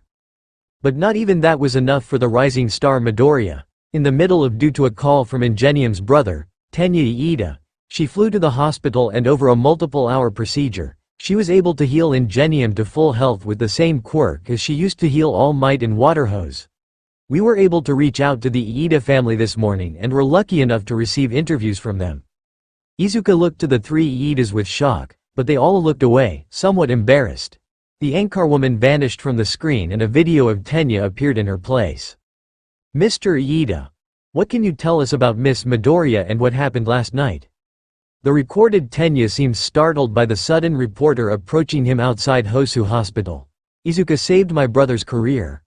At great risk to her health, she saved my brother. She is a hero. As a student of UA, this is as much as I can say to the press. Apologies. The interview then switched to Tensai. What about you, Ingenium? How do you feel about the girl that saved your life? Well, I met Midoriya at the USJ for the makeup rescue trial. She seemed a shy, but friendly and enthusiastic girl. From what I understand, she apparently promised my little brother that she'd come to my aid if Tenya called her. She was there 15 minutes after he did. And when I lost consciousness and woke up this morning, I was in full health. I can say without exaggeration that without her, there would be no Ingenium. She has my eternal thanks. Izuka blushed madly. The interview with Yumiko was basically the same as her son's, and the whole report ended with the reporter and the anchorwoman asking the country to join them in wishing Izuka luck in her future career as a hero. They made comparisons between her and All Might, Endeavor, Edge Shot and Best Jeanist. All popular and powerful heroes with heroic stories from their high school days. When it was finally over, Toshi turned off the TV and turned to find Izuka red-faced and practically steaming from embarrassment. Everyone is talking about you, my girl.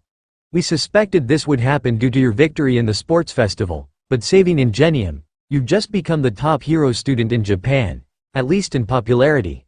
If you were already a pro hero, you'd likely get in the top 10 after this, Toshinori said. Papa, I'm not ready for this, oh gosh, everyone's going to be staring at me. And the work experience placements. I'm going to get tons now. I didn't want to get famous so soon, Izuka whined. Despite her boost in confidence, at her heart she was still a shy girl. For the record, we're sorry about this. We didn't realize that the doctors would tell the press so soon. We had hoped to just pass off the report of my injury as a mistake, but we got there too late. They ambushed us as we left the hospital and we had to give interviews to get through, Tensai explained. Izuka sighed defeated. There was no going back. Idly, she looked at her phone and groaned. Every single person in class had texted or called her, all about the Ingenium incident. Damn, that was the 4th incident she was a part of. If she believed in such things, Izuka would have thought she was bad luck or something. Toshinori stroked her hair to calm her. Most of your friends came over at some point today, but left so they wouldn't disturb you. Katsuki wanted to stay, but he needed to finish packing for the move to the dorms. They're all fine and wish you well, though I suspect you'll get quite a scolding from them if you tell them you died again. Are you going to tell them? I know you wanted to tell them about the evolution in human things. He said, being purposely vague so Tenya wouldn't know what he meant. Yeah, I'll tell them. I promised no more secrets. Kachan's going to kill me. And Momo and Ochako will scold whatever is left. Then Shoto and Eiji will probably never let me out of their sight again. Izuka whined. She knew her friends cared deeply for her, so she understood why they'd be upset with her and she appreciated that they cared enough to scold her, but that didn't mean she liked it. Tenya sighed. I will share in the blame. I foresee Bakugo and Todoroki being most displeased with me. Both teens suddenly paled dramatically. Oh no, Aizawa-sensei, Izuka suddenly said. He will be furious. I don't think we'll escape a lifetime of detention this time, Tenya replied. I just narrowly avoided it last time. Oh man. I don't think you'll let us watch anime like last time. Izuka sulked. Suddenly, she was much less eager to go back to school the day after tomorrow. Well, you never know. Maybe he'll forget. Izuka finally said, hope in her voice. Toshi crushed that hope. He texted me earlier and told me that you and he would be having a talk on the day you moved to the dorms. He said guiltily. Well, this is my life now. I have become suffering. Tenya, you better say some nice stuff at my funeral, she whined. Tenya frowned. Your funeral? You're immortal. It'll be my funeral, Bakugo? Todoroki and Ochako will probably give me a Viking funeral by firing me into the sun. The two teens sighed, before breaking out into laughter. After all the high emotion and stress of the previous day, the two were happy to release some of the pent-up feelings. Yumiko quietly told Izuka that Tenya was being made to see a therapist, namely Dr. Miragi Nekazawa, for his experience in killing her. He'd be starting the sessions after their work experience, so Tenya's education wouldn't be interrupted. The Iidas ended up staying for much of the evening, having dinner with the Yagi Midoriya family. Though Izuka wasn't allowed to help since she was meant to be resting, it was a pleasant evening and by the time it was over, Izuka was exhausted despite only being awake for a few hours, so she returned to bed. She still had the next day off, then it would be time to move to the dorms. On the last day of the sports festival, Izuka relaxed at home, forbidden from training or going out. She lazed around, doing some packing and watching the event on TV. Mirio, Tamaki and Najire had all taken part and done fairly well, getting to the final event, though it was ultimately Mirio who took the top spot, challenging All Might in the exhibition match. He had fought hard, but ultimately lost to the number one's overwhelming power. But Mirio looked so proud that he'd even had a chance to fight the man. Izuka called him to congratulate him, and commiserating with him over Sir Night-Eye not coming to watch either of them. Night-Eye and Gran Torino were focused entirely on hunting the League of Villains, so they hadn't been seen much recently. Finally, the day came when Izuka and her classmates would move to the dorms. Her parents had already departed since they were staff, leaving Izuka to say goodbye to her home on her own. It was a somewhat sad experience, but Izuka and her mother were of the opinion that it was the people that made the home, so since her parents and friends would be with her, the dorms would be a happy new home. It was fairly late in the day by the time the bus came to collect her, where she discovered she was the last one to be picked up. Hey Izuka, Momo greeted as Katsuki. Shoto and Tenya hopped out of the bus to help Izuka put her suitcases into the luggage compartment. Hi guys. Is everyone doing okay? I'm sorry I didn't reply to your texts before, but it's been kind of crazy. Izuka apologized, taking a seat beside Ochako. We're all good. My parents came to surprise me.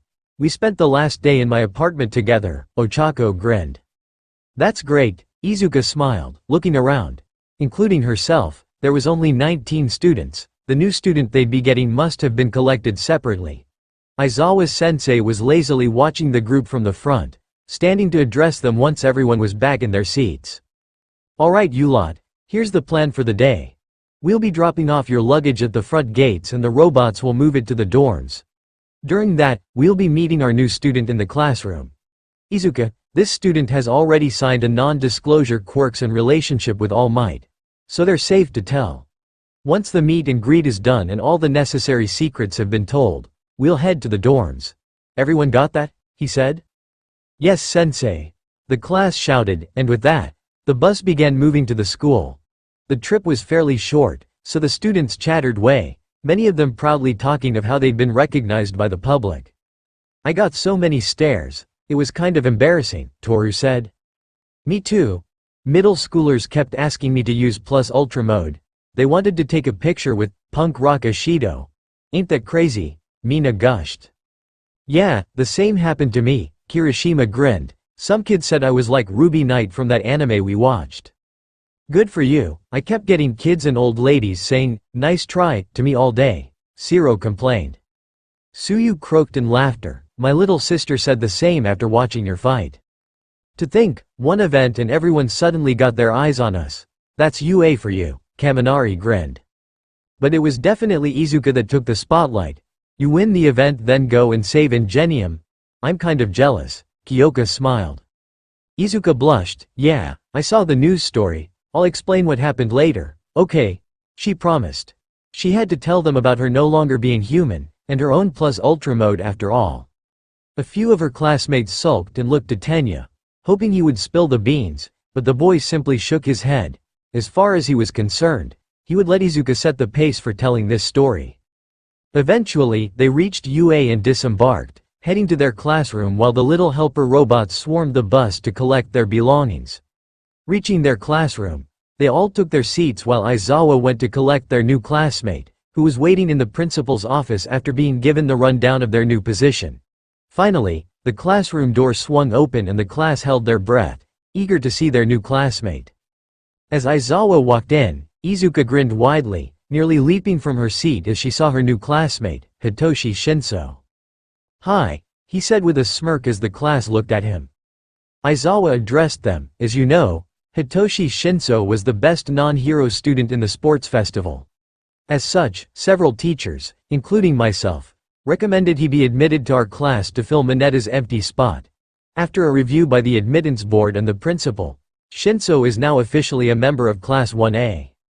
Great, Izuka cheered, leaping up to shake Shinso's hand in congratulations. I'm so glad you're here. I hoped it would be you. Hitoshi grinned. Thanks. I've got to thank you. I think your words helped the board make the decision. It's no problem. I just said what I felt. You guys agreed too, right? Izuka looked to her fellow classmates and none could deny she was right, especially when faced with those happy sparkling eyes. Even Ojiro begrudgingly admitted Shinso was worthy of the spot, and had merely used his quirk as best he could to get as far as he could. Thanks for having me. Hitoshi bowed his head. I'm Hitoshi Shinso, my quirk is brainwashing. I like cats and riding my bike. I'll be living with you guys in the dorms now, he introduced. The class clapped politely.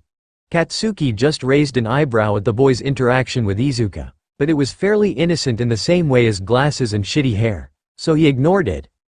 Purple fuck number 2 was no threat to him. The rest of the class gave short introductions to him, so Hitoshi knew who they all were as he took his new seat behind Izuka. Once he was seated, Izuka shyly went to the front of the class for her revelations.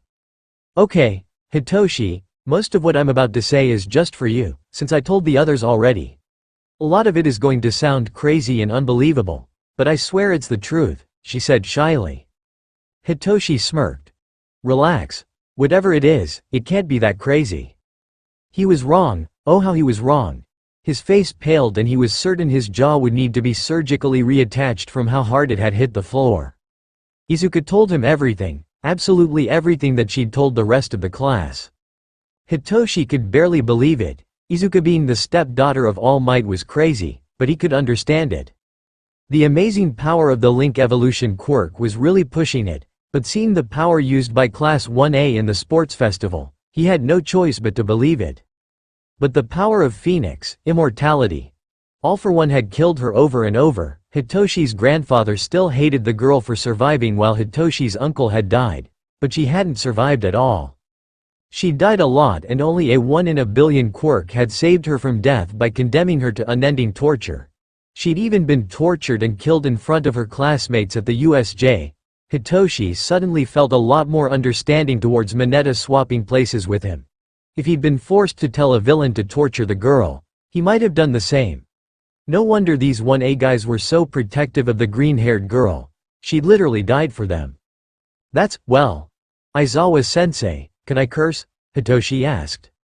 Aizawa sighed and promptly plugged his ears with his fingers. The moment he was deaf, Hitoshi screamed, "Fuck," as loud as he could, startling most of the class and making Katsuki chuckle. Izuka, what the actual fuck? You aren't going to be making a habit of dying for us, are you? Don't worry Shinso. Momo smiled, we've been keeping an eye on her, she hasn't died again since the USJ. Izuka gulped and Tenya paled. Well. The girl began. Instantly, all eyes were on her and she felt very much like a rabbit before 19 hungry wolves. Aizawa gripped her shoulder. Midoriya. Explain, he said sternly. Izuka blinked, but I thought you knew already, Aizawa-sensei, Dad said you texting him about talking to me. That was about you saving Ingenium and the effects it had on the public, not, wait. That's how you died, isn't it? You died from overdoing your healing on Ingenium. Aizawa frowned. Sort of. Izuka said guiltily. She confessed everything that had happened, from Tenya's extremely early morning call to her healing Ingenium. She had tried glossing over exactly how she died, but Tenya stood and confessed that he had killed her himself, on Izuka's order, to heal his brother. He had bowed his head and apologized profusely, but the class was still rather angry. I can't believe it. You promised to value your life more, Momo scolded, getting up and pulling on Izuka's ear like she was a naughty child. I do, really, I only did it because it would have saved Ingenium and let him get back to work. Then he could save more people, come on. Ingenium saves at least 3 people a week. I couldn't let him stay in hospital for 3 months. Izuka weakly argued. She was so sure of her decision, yet she still had trouble standing up for that decision when faced with the concern of the people who loved her. She looked to Tenya for help, only to find the boy was wrapped in tape and gagged while several boys surrounded him menacingly. She knew they wouldn't hurt him for real, but it was still kind of scary to see. Everyone, please don't blame Tenya. He asked for my help, true, but he argued against me dying right up to the end. He only agreed when I told him I'd do it anyway if he left the room. Izuka protested. To her surprise, it was Kachan that freed the boy, ripping the tape off him with little effort. Don't be fucking dense.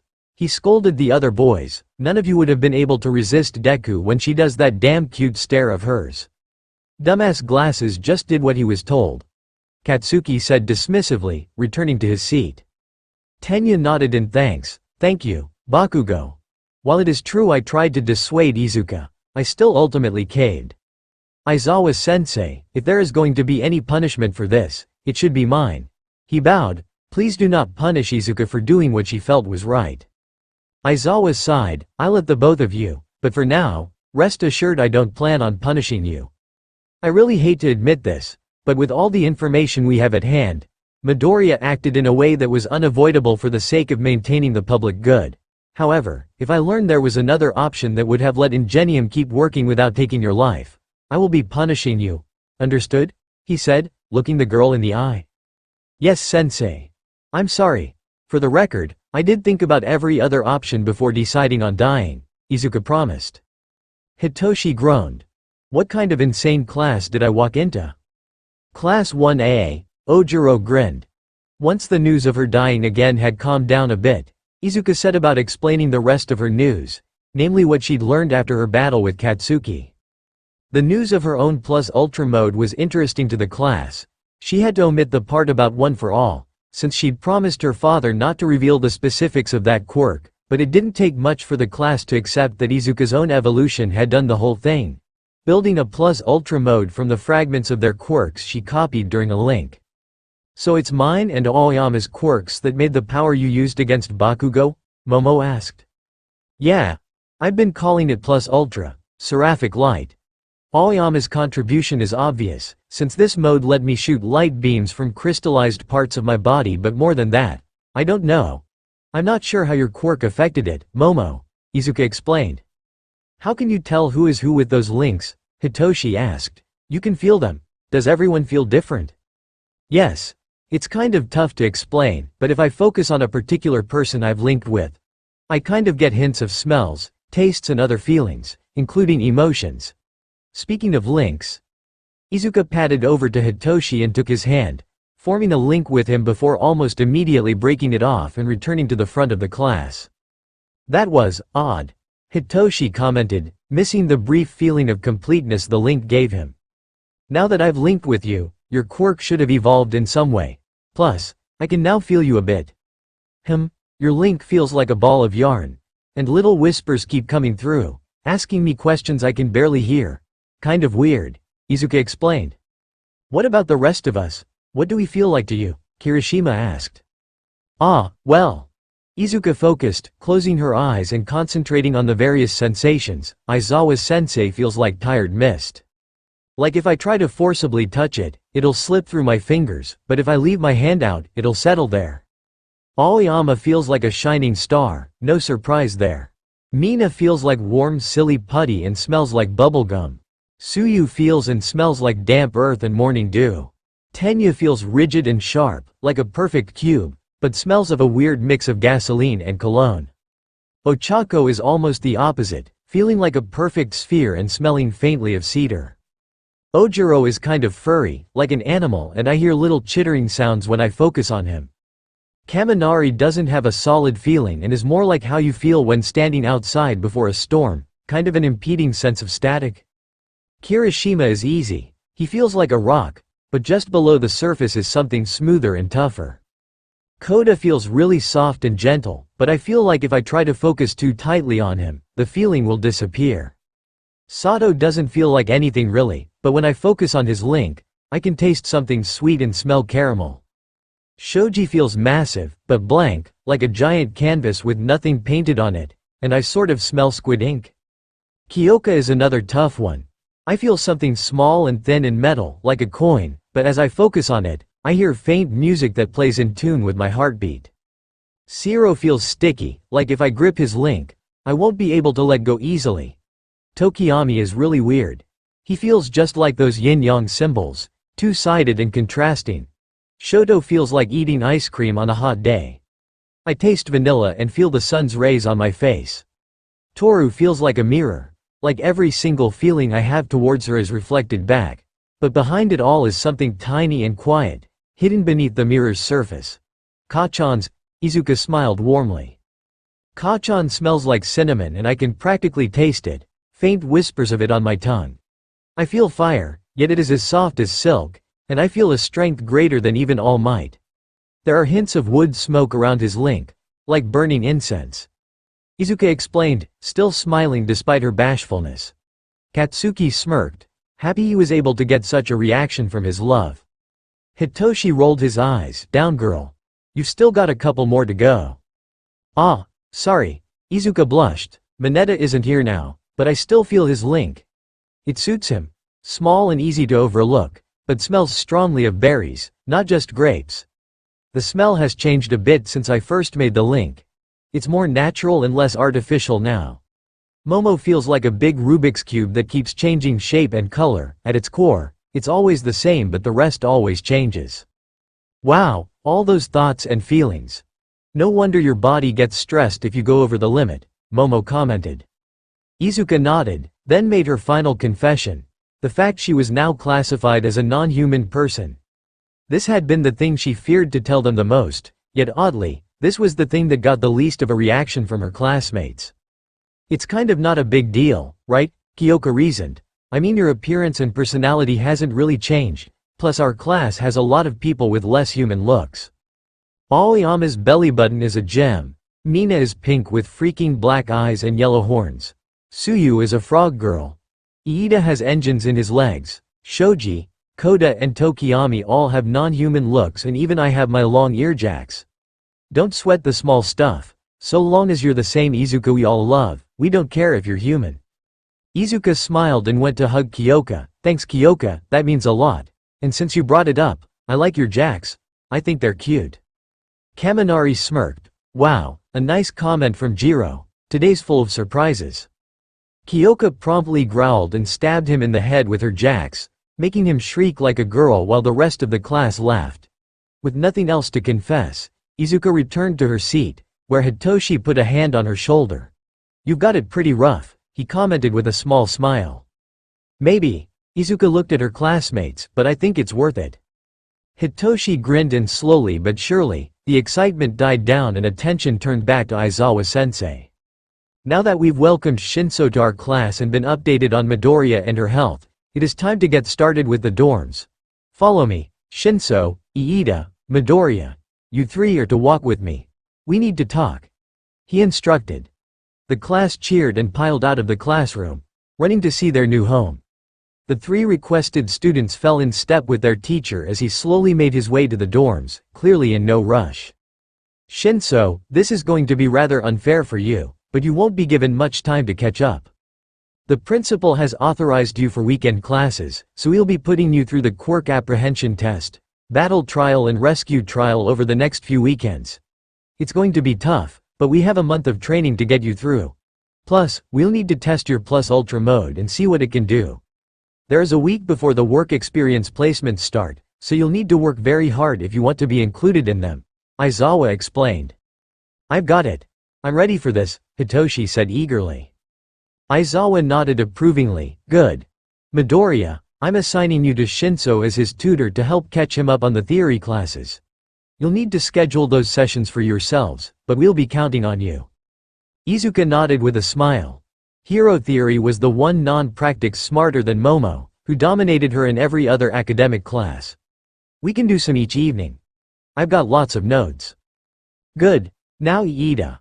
Aizawa-sensei looked to the boy. I've been informed you've been signed up for therapy to deal with what happened with your brother and Midoriya. Yes, sir. Tenya admitted ashamedly. Aizawa narrowed his eyes. None of that. You made your choices, don't disgrace yourself or your resolve by regretting them now. I brought it up solely to let you know that you are to treat that therapy as a school-mandated activity. Take it seriously. Despite the unusual circumstances, everything surrounding the incident with your brother has stressed you. I can see it easily in your resigned expression. I argued that you shouldn't be allowed to enter the work experience placements until the therapist signed you off, but the principal argued in your favor, so I gave in. Do not give me reason to regret that decision, understood? The man said sharply. Aizawa cared a lot about his students' mental health, being one of the few teachers to recognize that it can be more delicate and dangerous than their physical health, especially in hormonal teenagers. He trusted Iida, but grief and trauma can have profound effects on even the sternest mind. Tenya bowed his head. Of course, sensei. I apologize. I regret that such actions were necessary, but I do not regret doing them. I refused to let Izuka kill herself for the sake of my brother. I did what was necessary and what little I could for the sake of Tensai, Izuka and the people they would both save. Good.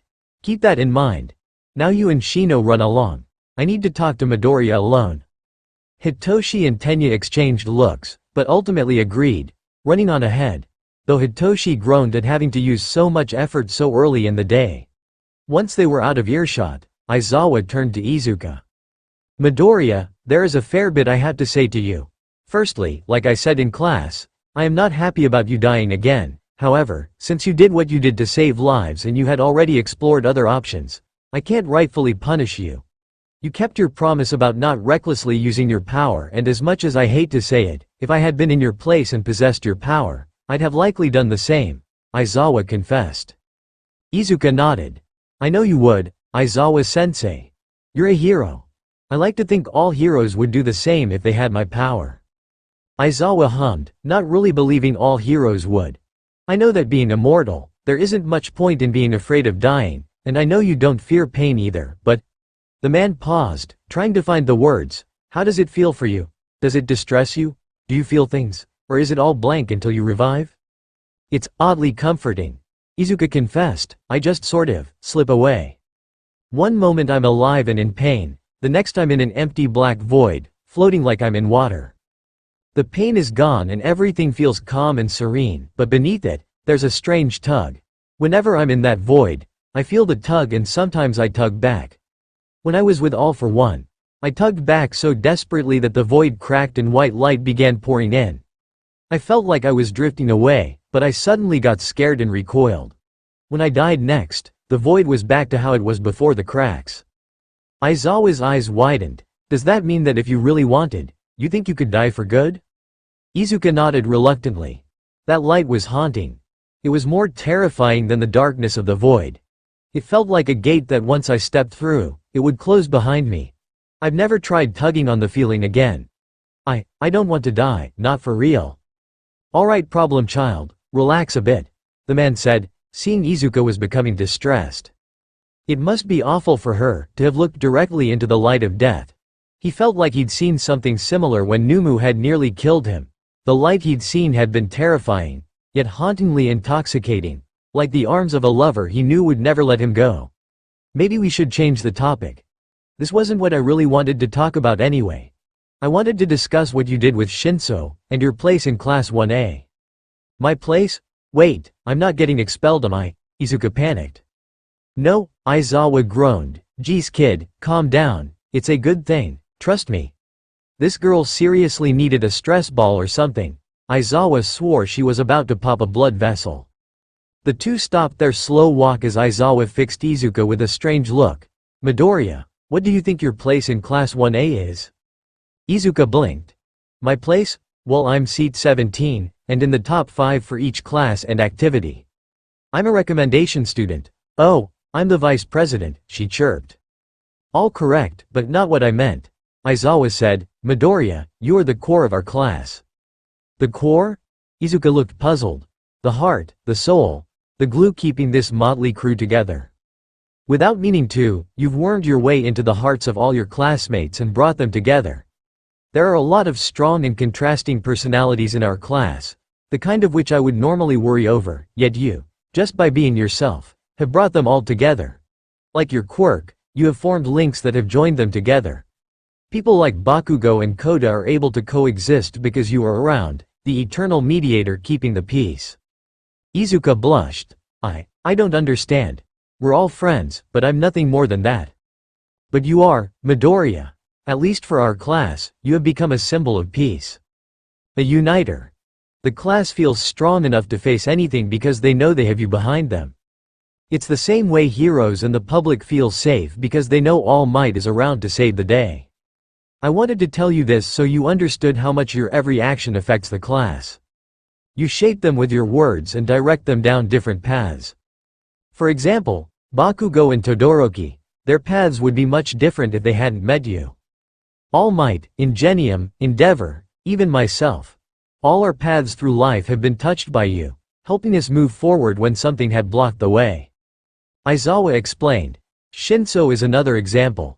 If you hadn't convinced him to fight with hand-to-hand combat, the admissions board wouldn't have had enough of a grasp of his talents to promote him to the hero course, and your words about him galvanized the teachers and several pros into acting, which further pushed the board to accept him. Shinso has a chance to be a hero now, because of you. And then there's Mineta. Without you, he'd likely have gone on with his old ways until he gave up, was expelled or killed, but your support lit a fire inside him and set him on the road to being a true hero. Izuka gulped. She was nervous, embarrassed and scared at the implications of her sensei's words, but beneath it all, she felt more than a little proud. This is it for me, isn't it? The first step on my way to being number 1. Yes, Izuka. Aizawa smiled, switching to her first name and ruffling her hair. By doing what came naturally, you've reached this far. But the road ahead is long and there will always be people looking to bring you down. I want you to use your new position with responsibility. Your every word and action will affect your classmates, and those effects will spread out across the world. Be strong, Izuka, and remember. We are all watching, and we are on your side. Yes, sensei, Izuka declared, pumping her chest out proudly. The world would be watching her now. She would show them who she was, just as she did at the sports festival. She'd rise to the number 1, surpassing even her father and becoming an all-encompassing and insurmountable symbol of peace. Finally, the two caught up with the class, standing outside their new home, the dorms. Heights Alliance was the name of the dormitories, and each class in the school had their own identical building with their class designation emblazoned on the fratch. Dormitory was like a small mansion and had been lavishly built and decorated. Izuka gaped at it as Mina and Sato ran over. Izuka, have you seen this? It's crazy big. Talk about a school for gifted youngsters, Mina cheered. Ah man, this is going to be sweet. Hey Izuka, want to help me bake a cake to celebrate the move? Sato asked. Sure, this looks like a lot of fun. Izuka grinned. She was slightly mindful of her interactions with her friends now, since Aizawa sensei had told her how much she could affect them, but ultimately, she got this far by doing what came naturally, so Izuka opted to continue that plan. Come on you brats, no use loitering out here, Aizawa said, leading them into the dorm proper. It's a class to each building. The girls will be on the right, the boys on the left. The first floor is co-ed space. He directed them inside and showed off the first floor, which housed a dining area, a large den complete with TV, a kitchen and a small workout space. The dining area, baths and laundry rooms are all down here. Naturally, the latter two are gender segregated. So much space. It's all so nice too. We even have big sofas, Mina gushed. Check it out, there's a courtyard too, Shiro grinned. Ah, it's like living at Izuka's place, but even bigger. Ochako looked ready to faint. Aizawa carried on, ignoring the kids' reactions. The rooms are located on the 2nd through 5th floors. he said, showing them one of the empty ones as an example. It had a bed, air conditioning, toilet, small fridge and a fairly large closet as well as a desk. There was even a screened glass door that opened onto a veranda. You've been assigned rooms already and your things have been sent there. Listen closely. There are no girls on the second floor, but Shinso, Aoyama and Tokiyami will be housed there. On the third floor will be Koda, Kaminari, Iida, Ojiro, Jiro and Hagakure. The fourth floor will be Shoji, Kirishima, Bakugo, Uraraka, Midoriya and Ishido. The fifth and final floor will obviously be Sato, Todoroki, Shiro, Yaoyorozu and Asui. He said, showing a small room map with their names attached. There is no way to get from the girls' side to the boys without going through the first floor, and naturally, you aren't allowed in the opposite gender's side or bedrooms after curfew. Now for the time being, go get your rooms set up. I'll be back at dinner to introduce you to the dorm manager. Yes, sensei. Everyone shouted before running to their rooms to begin the lengthy task of setting up their rooms. It took them all most of the day to unpack and arrange their rooms into the form they liked. It was already dark when everyone was finished, so they all convened in the common room and relaxed while they waited for Aizawa to return with their dorm manager. You know, the USJ was a pretty crappy situation all around, but I'm glad we can live together because of it. Kaminari smirked, sitting on the sofa arm beside Izuka. Ah, community living, this too is another trial to nurture our discipline and cooperative spirit, Tenya proclaimed. So, I wonder who our dorm manager will be. Mina said, I mean, we know Aizawa-sensei will be living here too, but he isn't the manager. Hey yeah, will they be a pro hero? I kind of doubt it, but they have to be someone special. UA doesn't do anything small or easy, Kirishima commented. Izuka suppressed a grin. Not even Kachan knew who the dorm manager would be. It would be a surprise for everyone. A few minutes later, Aizawa arrived in the common room with All Might and Inko, smiling to them all. Mama Midoriya, Kirishima and Mina cheered, running to hug the woman. It's good to see you again. Tenya bowed politely. Did you come to see Izuka? Inko smiled, petting the two hugging teens and nodding to Tenya. I did, but that's not all. I came to see all of you. After all, I'll be taking care of you all from now on, she grinned. The class stared at her, not truly comprehending what that meant. Shoto was the first to find his voice. Wait, does that mean that you are? That's right. Aizawa smirked. Inko Midoriya has been hired by UA to be the dorm manager to Class 1A. Yes. The class screamed, Izuka squealing excitedly as she hugged her mother. Hitoshi was bewildered, but it seemed to him that Izuka's mom was popular with his classmates. This is going to be great. Does that mean All Might will live here too? Ochako asked.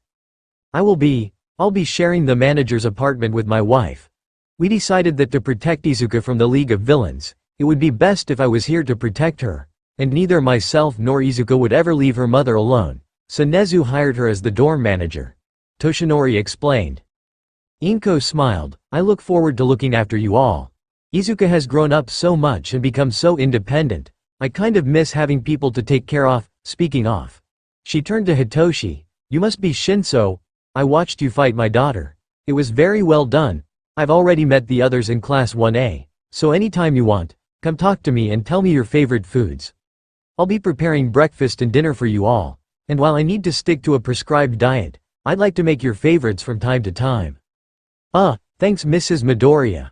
Hitoshi bowed his head. It was easy to see how Izuka became the person she was.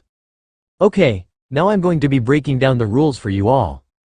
Inko said, a tad more serious, while I cook breakfast and dinner, you'll all be responsible for other chores, such as tidying the common area, keeping your rooms clean and occasionally helping me with grocery shopping. Curfew will be 11 p.m. on school nights, but you can stay up as late as you want on days off. If you leave campus, you have to let me or a teacher know and tell us where you're going and when you'll be back. If plans change while you're out, then call and tell me, alright?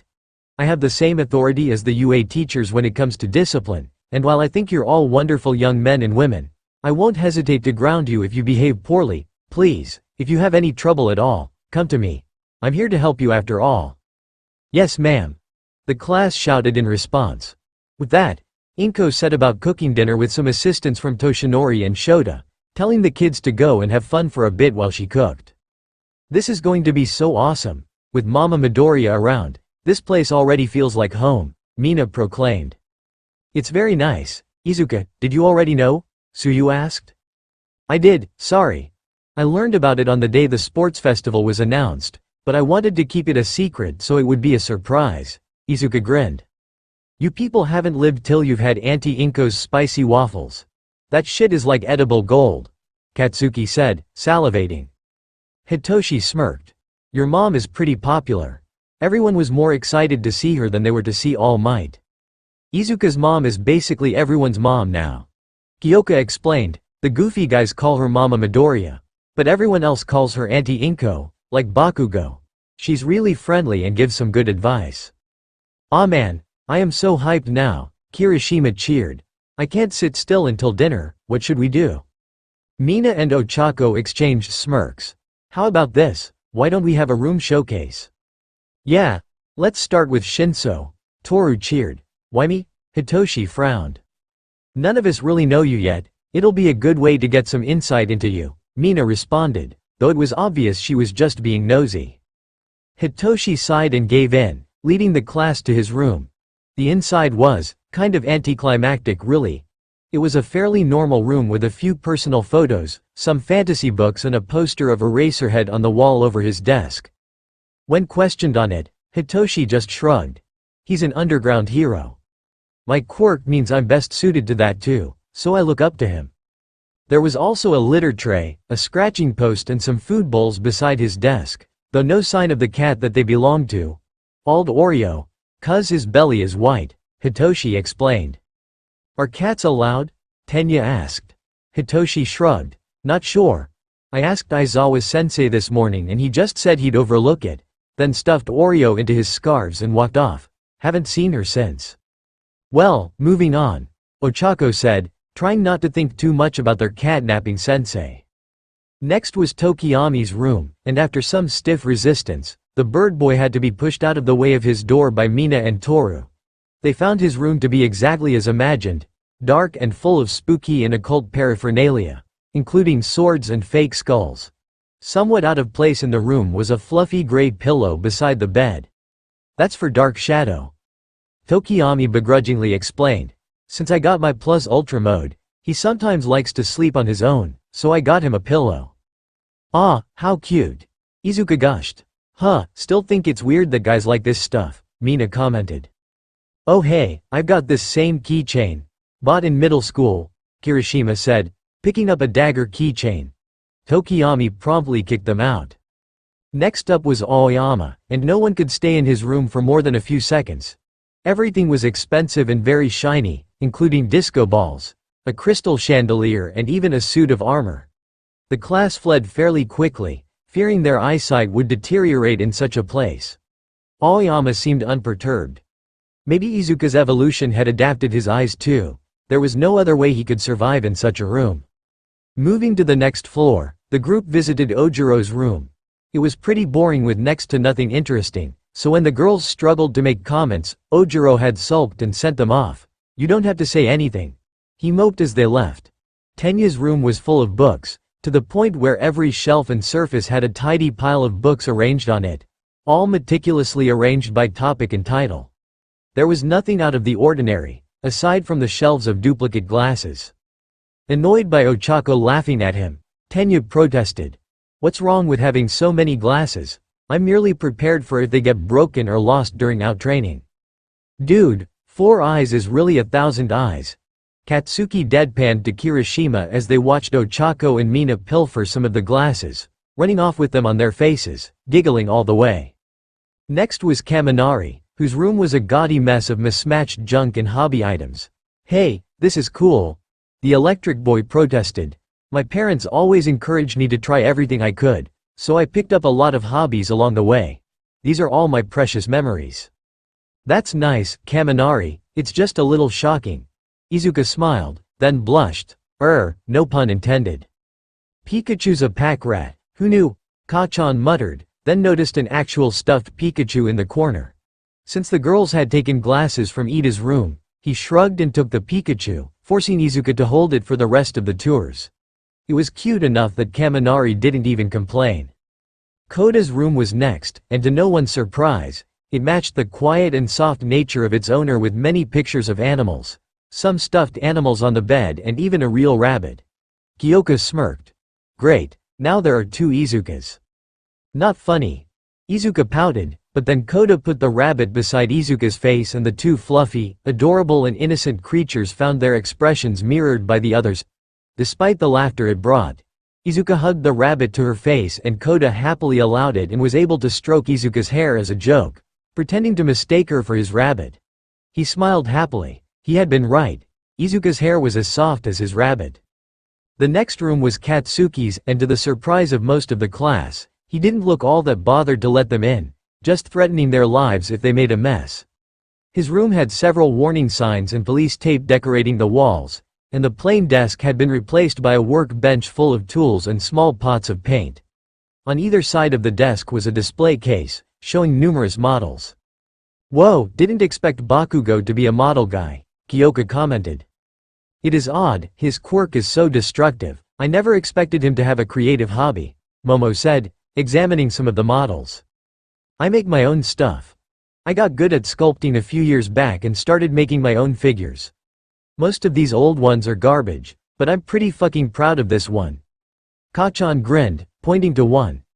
It was the figure he had made of Izuka, displaying her as a 13-year-old and wearing UA gym clothes. In one hand, the toy Izuka had a ball of fire and in the other, she had a tiny tornado of water, and of course, her flame wings were modeled onto her back. Kachan, I knew you made one of these for Koda. I didn't know you kept one, Izuka protested. What, and give away my best piece? No chance. If any of you scrubs get good, I might be bothered to make models of you too. Katsuki smirked, before ushering everyone out. The class was still reeling from Katsuki having such an unusual skill that they barely paid attention to Kirishima and his manly room, full of fight posters, training gear and even a clock with flexing arms. Last on the floor was Shoji, but his room contained nothing but a folded futon and a low table and cushion to sit on. Shoji, did you forget your stuff? Mina asked. I think he's a minimalist, Shoto said blandly as Shoji nodded. I've never cared for material possessions. I have all I need, the tentacled boy explained. Siro's room was the first on the 5th floor and was oddly Asian-themed with vibrant patterns everywhere. Siro was happy at the surprise he got from the girls, since he was the only one so far besides Bakugo to break the expected mold. The girls were excited to see the room of the cold and aloof Shoto Todoroki, but even they weren't prepared for what they saw. It was completely Japanese. It had tatami mats, wood and paper screens and even a Japanese-style light fixture. Did this room get built differently? Mina yelled. Shoto shrugged. My house was Japanese style, so I felt more comfortable like this. But how'd you do it so fast? Kaminari demanded. I worked really hard, Shoto said simply. The last boy's room was Sato's and despite it being very plain in appearance, it had a much larger fridge, a small oven and a microwave. The whole room smelled delicious. Oh yeah. Sato opened his oven. I was finished early, so I baked a chiffon cake. If it's cool with Auntie Inko, we can share it after dinner, he said, pulling out a fluffy and delicious-smelling cake. Everyone salivated over it, but no matter how tempted they were, they held back. Izuka had warned them once how scary her mom could be if they spoiled their dinner. Hey Sato, I thought we were going to bake the cake together, Izuka said. We are. This isn't the celebration cake. I made this to fill time and use up some ingredients close to spoiling. The real celebration cake will be much better, Sato assured her. Next up was the girls' rooms, so they all went down to the first floor and began climbing again, this time on the right side, leaving the chiffon cake with Inko. Lest they be tempted, Kyoka's room looked like a recording studio and was full of just about every instrument used in modern rock, from bass guitars, to keyboards to a full drum kit and mixing table. Kyoka's a real rocker girl, Ochako smiled, gently strumming a guitar. Can you play all these? Momo asked with a warm smile. Kyoka blushed profusely and nodded. Just the basics. Huh, pretty cool. I rock on the drums, Katsuki said, playing a damn good drum solo while Kyoka stabbed Kaminari and Aoyama with her jacks for making rude comments on her lack of femininity. Then it was Toru's room, which was a very normal and very girly room, covered in pink and stuffed animals, as well as soft and fluffy pillows. Hitoshi blinked. Maybe I'm just not used to girls, but being in this room somehow feels like I'm doing so. It's okay if we invite you, Tsuyu assured him.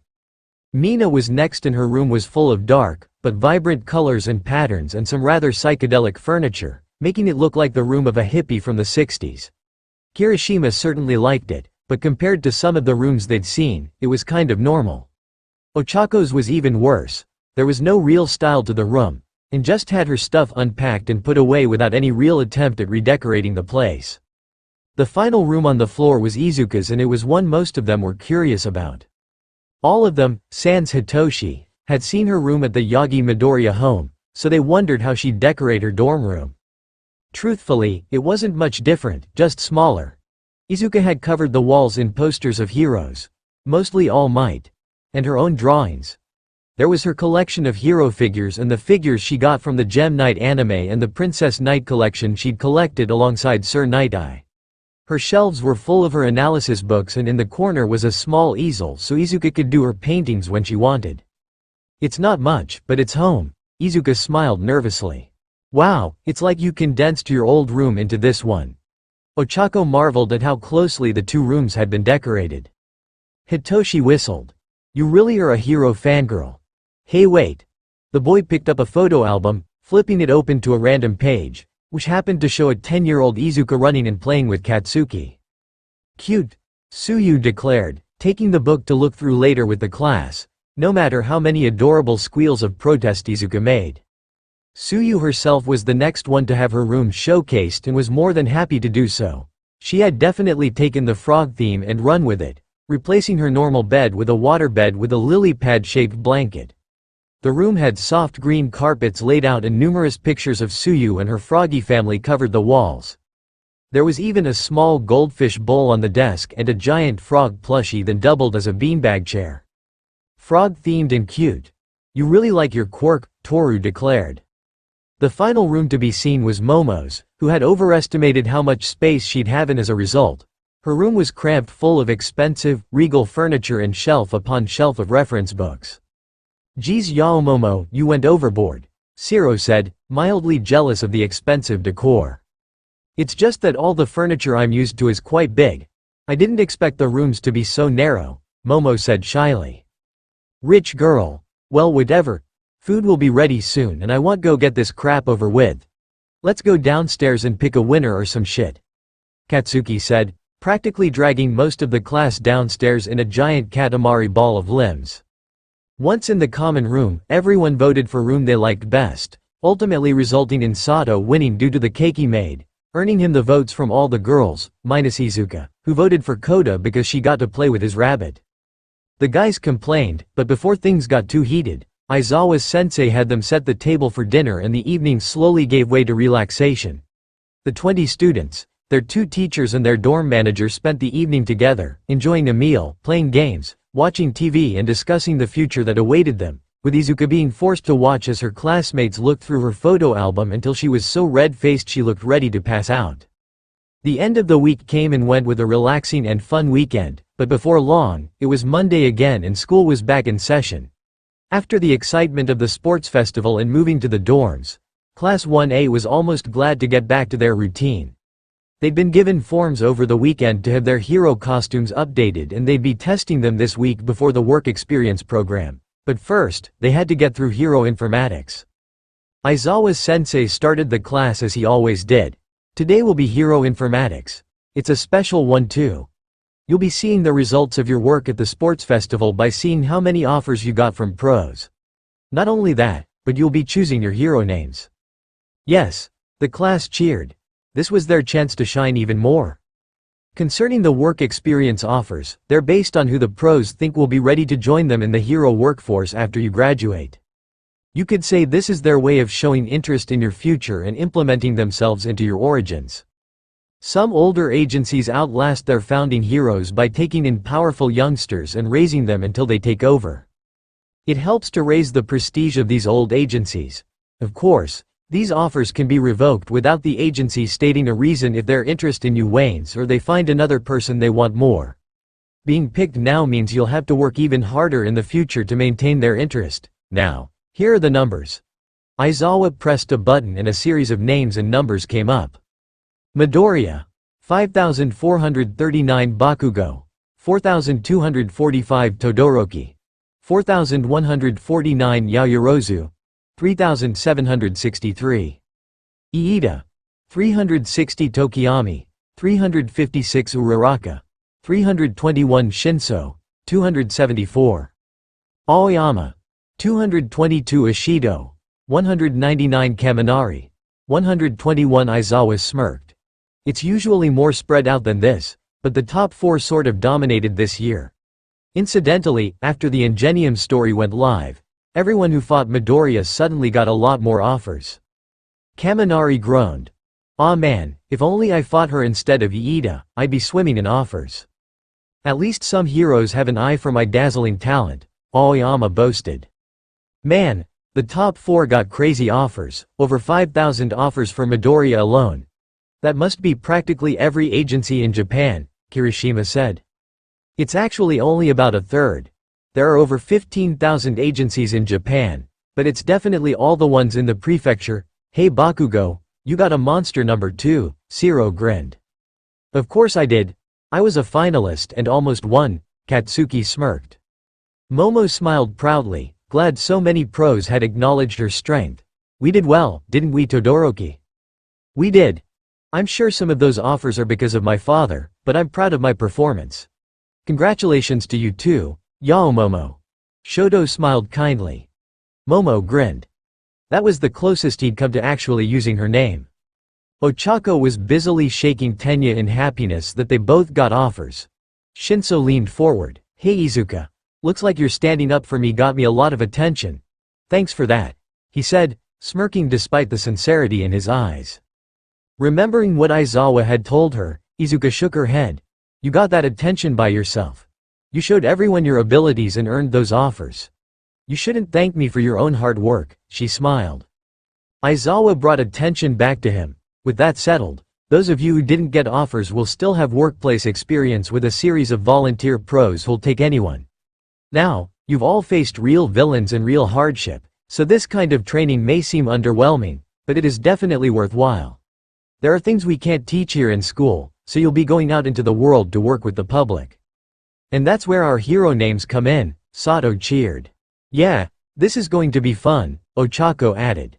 "These will likely only be temporary, but you should still take them seriously," Izawa began, before he was cut off by the door slamming open. "Or you'll have hell to pay later," declared Midnight, walking into the room as seductively as possible. "These names can stick, leaving you with something terribly inappropriate." As the class babbled excitedly at the arrival of the R-rated hero, Izawa began to crawl into his sleeping bag. "Midnight will help you pick the names. I'm no good at this sort of thing. However," his bored look turned serious, "these names will help focus your future. By choosing a name, you are helping to cement your image in the future, because names are capable of reflecting one's true nature. Take All Might, for example." Feed out and the class began to focus on what to call themselves. Kachan handed his card to Izuka too, since as the loser of the bet they'd made in the sports festival, he'd have his hero name picked by the winner. Izuka stared at the 2 blank cards for a few minutes, trying to decide on a name. Phoenix, that had been the name she'd assumed she'd take for so long, but now, she'd changed. She wasn't the little Phoenix girl she had once been, she was a whole new person now, and no matter how she stretched it, Phoenix did not send the message she wanted. Coming up blank, she leaned forward to speak to Katsuki. "Hey Kachan. What do you want your name to say? What image do you want people to see?" Katsuki smirked. "Power, explosiveness. A name that a number 1 could wear, but also," he blushed a bit, "I want a name that lets everyone know that you and I are a pair, a team." Izuka smiled softly and turned back to the cards while Katsuki chuckled to himself. "You really are a little angel, going around caring about my name. If I had won, I'd probably have picked something for you without even asking." Izuka giggled, but without realizing it, Katsuki had answered her question. She knew exactly what she wanted to be to the people. She knew exactly how she hoped to be seen. 15 minutes later, Midnight called an end to the thinking time and began having the class present their names. Aoyama went first. I am the shining hero. I cannot stop twinkling. That's not a name, that's a sentence, Midnight hummed. It'd be better if you take out the I and shorten the cannot to can't, how's that? It's stunning, mademoiselle. I'm the shining hero. Can't stop twinkling, Aoyama repeated. Mina hopped up next. Me now, I'm the Ridley hero, alien queen. Midnight shrieked. Like the monster from that movie? That's awful. Mina pouted and looked to Izuka with pleading eyes. Izuka just blinked, unsure what she was supposed to do about it, but upon seeing everyone look to her, Izuka sighed and stood up. Alien Queen isn't so bad, she does have a kind of cute alien look. Maybe change the tagline to something friendlier. Something that'll make you sound cool to kids and not scary? Oh, how about the extraterrestrial hero? Alien Queen, Mina offered. Actually, without the connection to that movie, it doesn't sound bad at all. Good work, Alien Queen. Midnight gave Mina a thumbs up and secretly winked at Izuka, making the girl blush. This is what it means to be the heart of the class, one suppose, Izuka thought with a pout. Suyu was the next one to hop up. I've had this thought out since elementary school. I'm the rainy season hero, Froppy. It's very cute, it makes me want to get to know you, Gold Star Froppy, Midnight cheered. The lovable Froppy inspired everyone else, making them more confident in their chosen names as they stood up to offer their names. Kirishima was the next one up. Call me the sturdy hero. Red Riot. I like that a lot.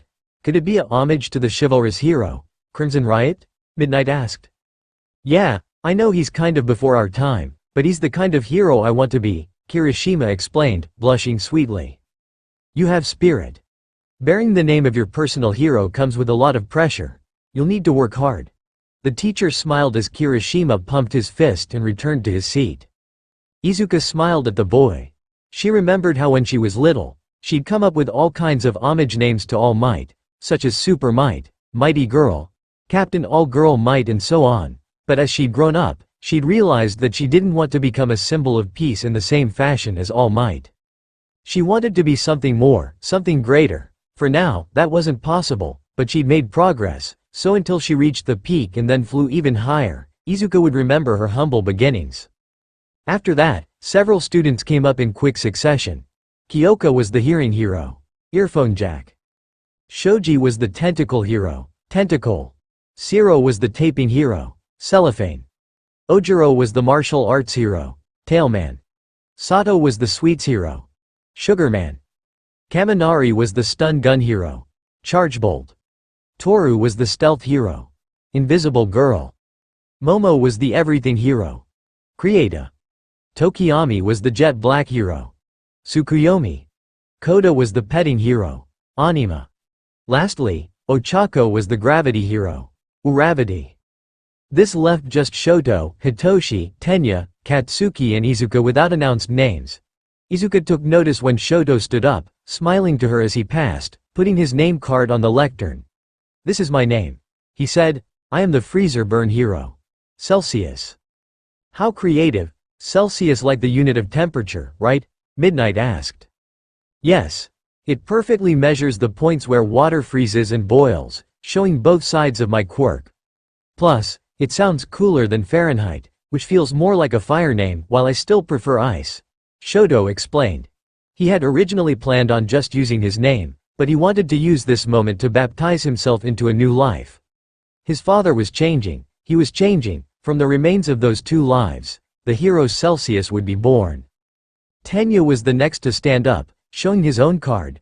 I feared for a while that I would have to take the name Ingenium from my brother, but that didn't come to pass. However, the person that made sure that didn't happen also gave me a different idea. He smiled, nodding to Izuka. I am the Slipstream hero, Blue Zephyr. You inherited the tagline from your mother's hero name, right? Well done. A good choice, Tenya, Midnight praised. Next to stand was Shinso, who walked to the front. It's not too much, but I want to be an underground hero anyway, so it'll do. Call me the Mind Hero. Dark answer. Ooh, that's actually a bit intimidating, but I suppose it's fine for an underground hero. Good work, Shinso, and I'm glad to see you got promoted, Midnight congratulated. Finally, it was only Katsuki and Izuka left, the whole class watching them. Izuka shyly handed a name card to Katsuki, who read it for a second then smiled broadly, leaping to his feet. He marched confidently to the lectern and slammed the card down with a vicious grin. I made a bet with Izuka that the winner of the finals would get to pick the loser's name. Since I lost, Izuka chose this for me, and I like it. I'm the Big Bang Hero. Burst Magnus. Oh man, that's a really manly name. It suits you, Bakubro, Kirishima cheered. Yeah, it's pretty good, Momo smiled. Kyoka grinned. Out of curiosity, if you picked, what would you both be called? Katsuki smirked. King Explosion Murder and Queen Inferno Murder. That's terrible. The class shouted. Thank goodness Izuka won. You can't give a girl like her the name, Queen Inferno Murder. She's way too nice, Toru argued. Boo this man, Kaminari yelled, though a small bang from Katsuki's palm ended that thought pretty quickly. Well, I can honestly say that I'd never let those names pass, Midnight declared, but Burst Magnus sounds good, I approve. Yeah, I know. Izuka, you're up. Izuka gulped and slowly made her way to the front, placing down her card. Even Aizawa moved from his sleeping bag to see it and joined the class in their surprised expressions. Ochako was the first to snap from her surprise. It's not what I expected. I like it, but I thought you'd be called Phoenix. Izuka smiled. So did I before the USJ, I was pretty much resigned to it. The immortal hero. Phoenix. But then things changed, I died, and learned that someone with that name could never reach the top. Dying and coming back, it always defined me, and I thought it would define me as a hero, but I realized that it didn't match my goals. I wanted to be a hero that inspired hope in everyone, that made everyone stand up and say, we're okay now, because she's here. Defining myself by my death just didn't work, especially after I saw how much it hurt you all. Phoenix was a name given to me by villains and was how they defined me, but I chose a different path. Izuka blushed, be something different. You called me an angel, and just like that, it became clear to me, that's what I want to be. An angel. Someone who flies down from heaven to restore hope and peace. An eternal symbol so above the mortal world that they're an incorruptible force, so that's who I am. Magnus was the name of an angel, so I gave Kachan his name so we matched, but this is who I am. Midnight grinned. Shouted out, Midoriya. Yeah. Tell us your name, Kirishima yelled. We support you, Phoenix or Angel, so shout it loud, Tenya declared. The class shouted similar words and just outside the classroom, Toshinori stood, listening in and whispering his own support. Izuka, her heart bursting with light and love, puffed her chest out proudly, stood straight and summoned her wains. I am the eternal hero, Seraphim.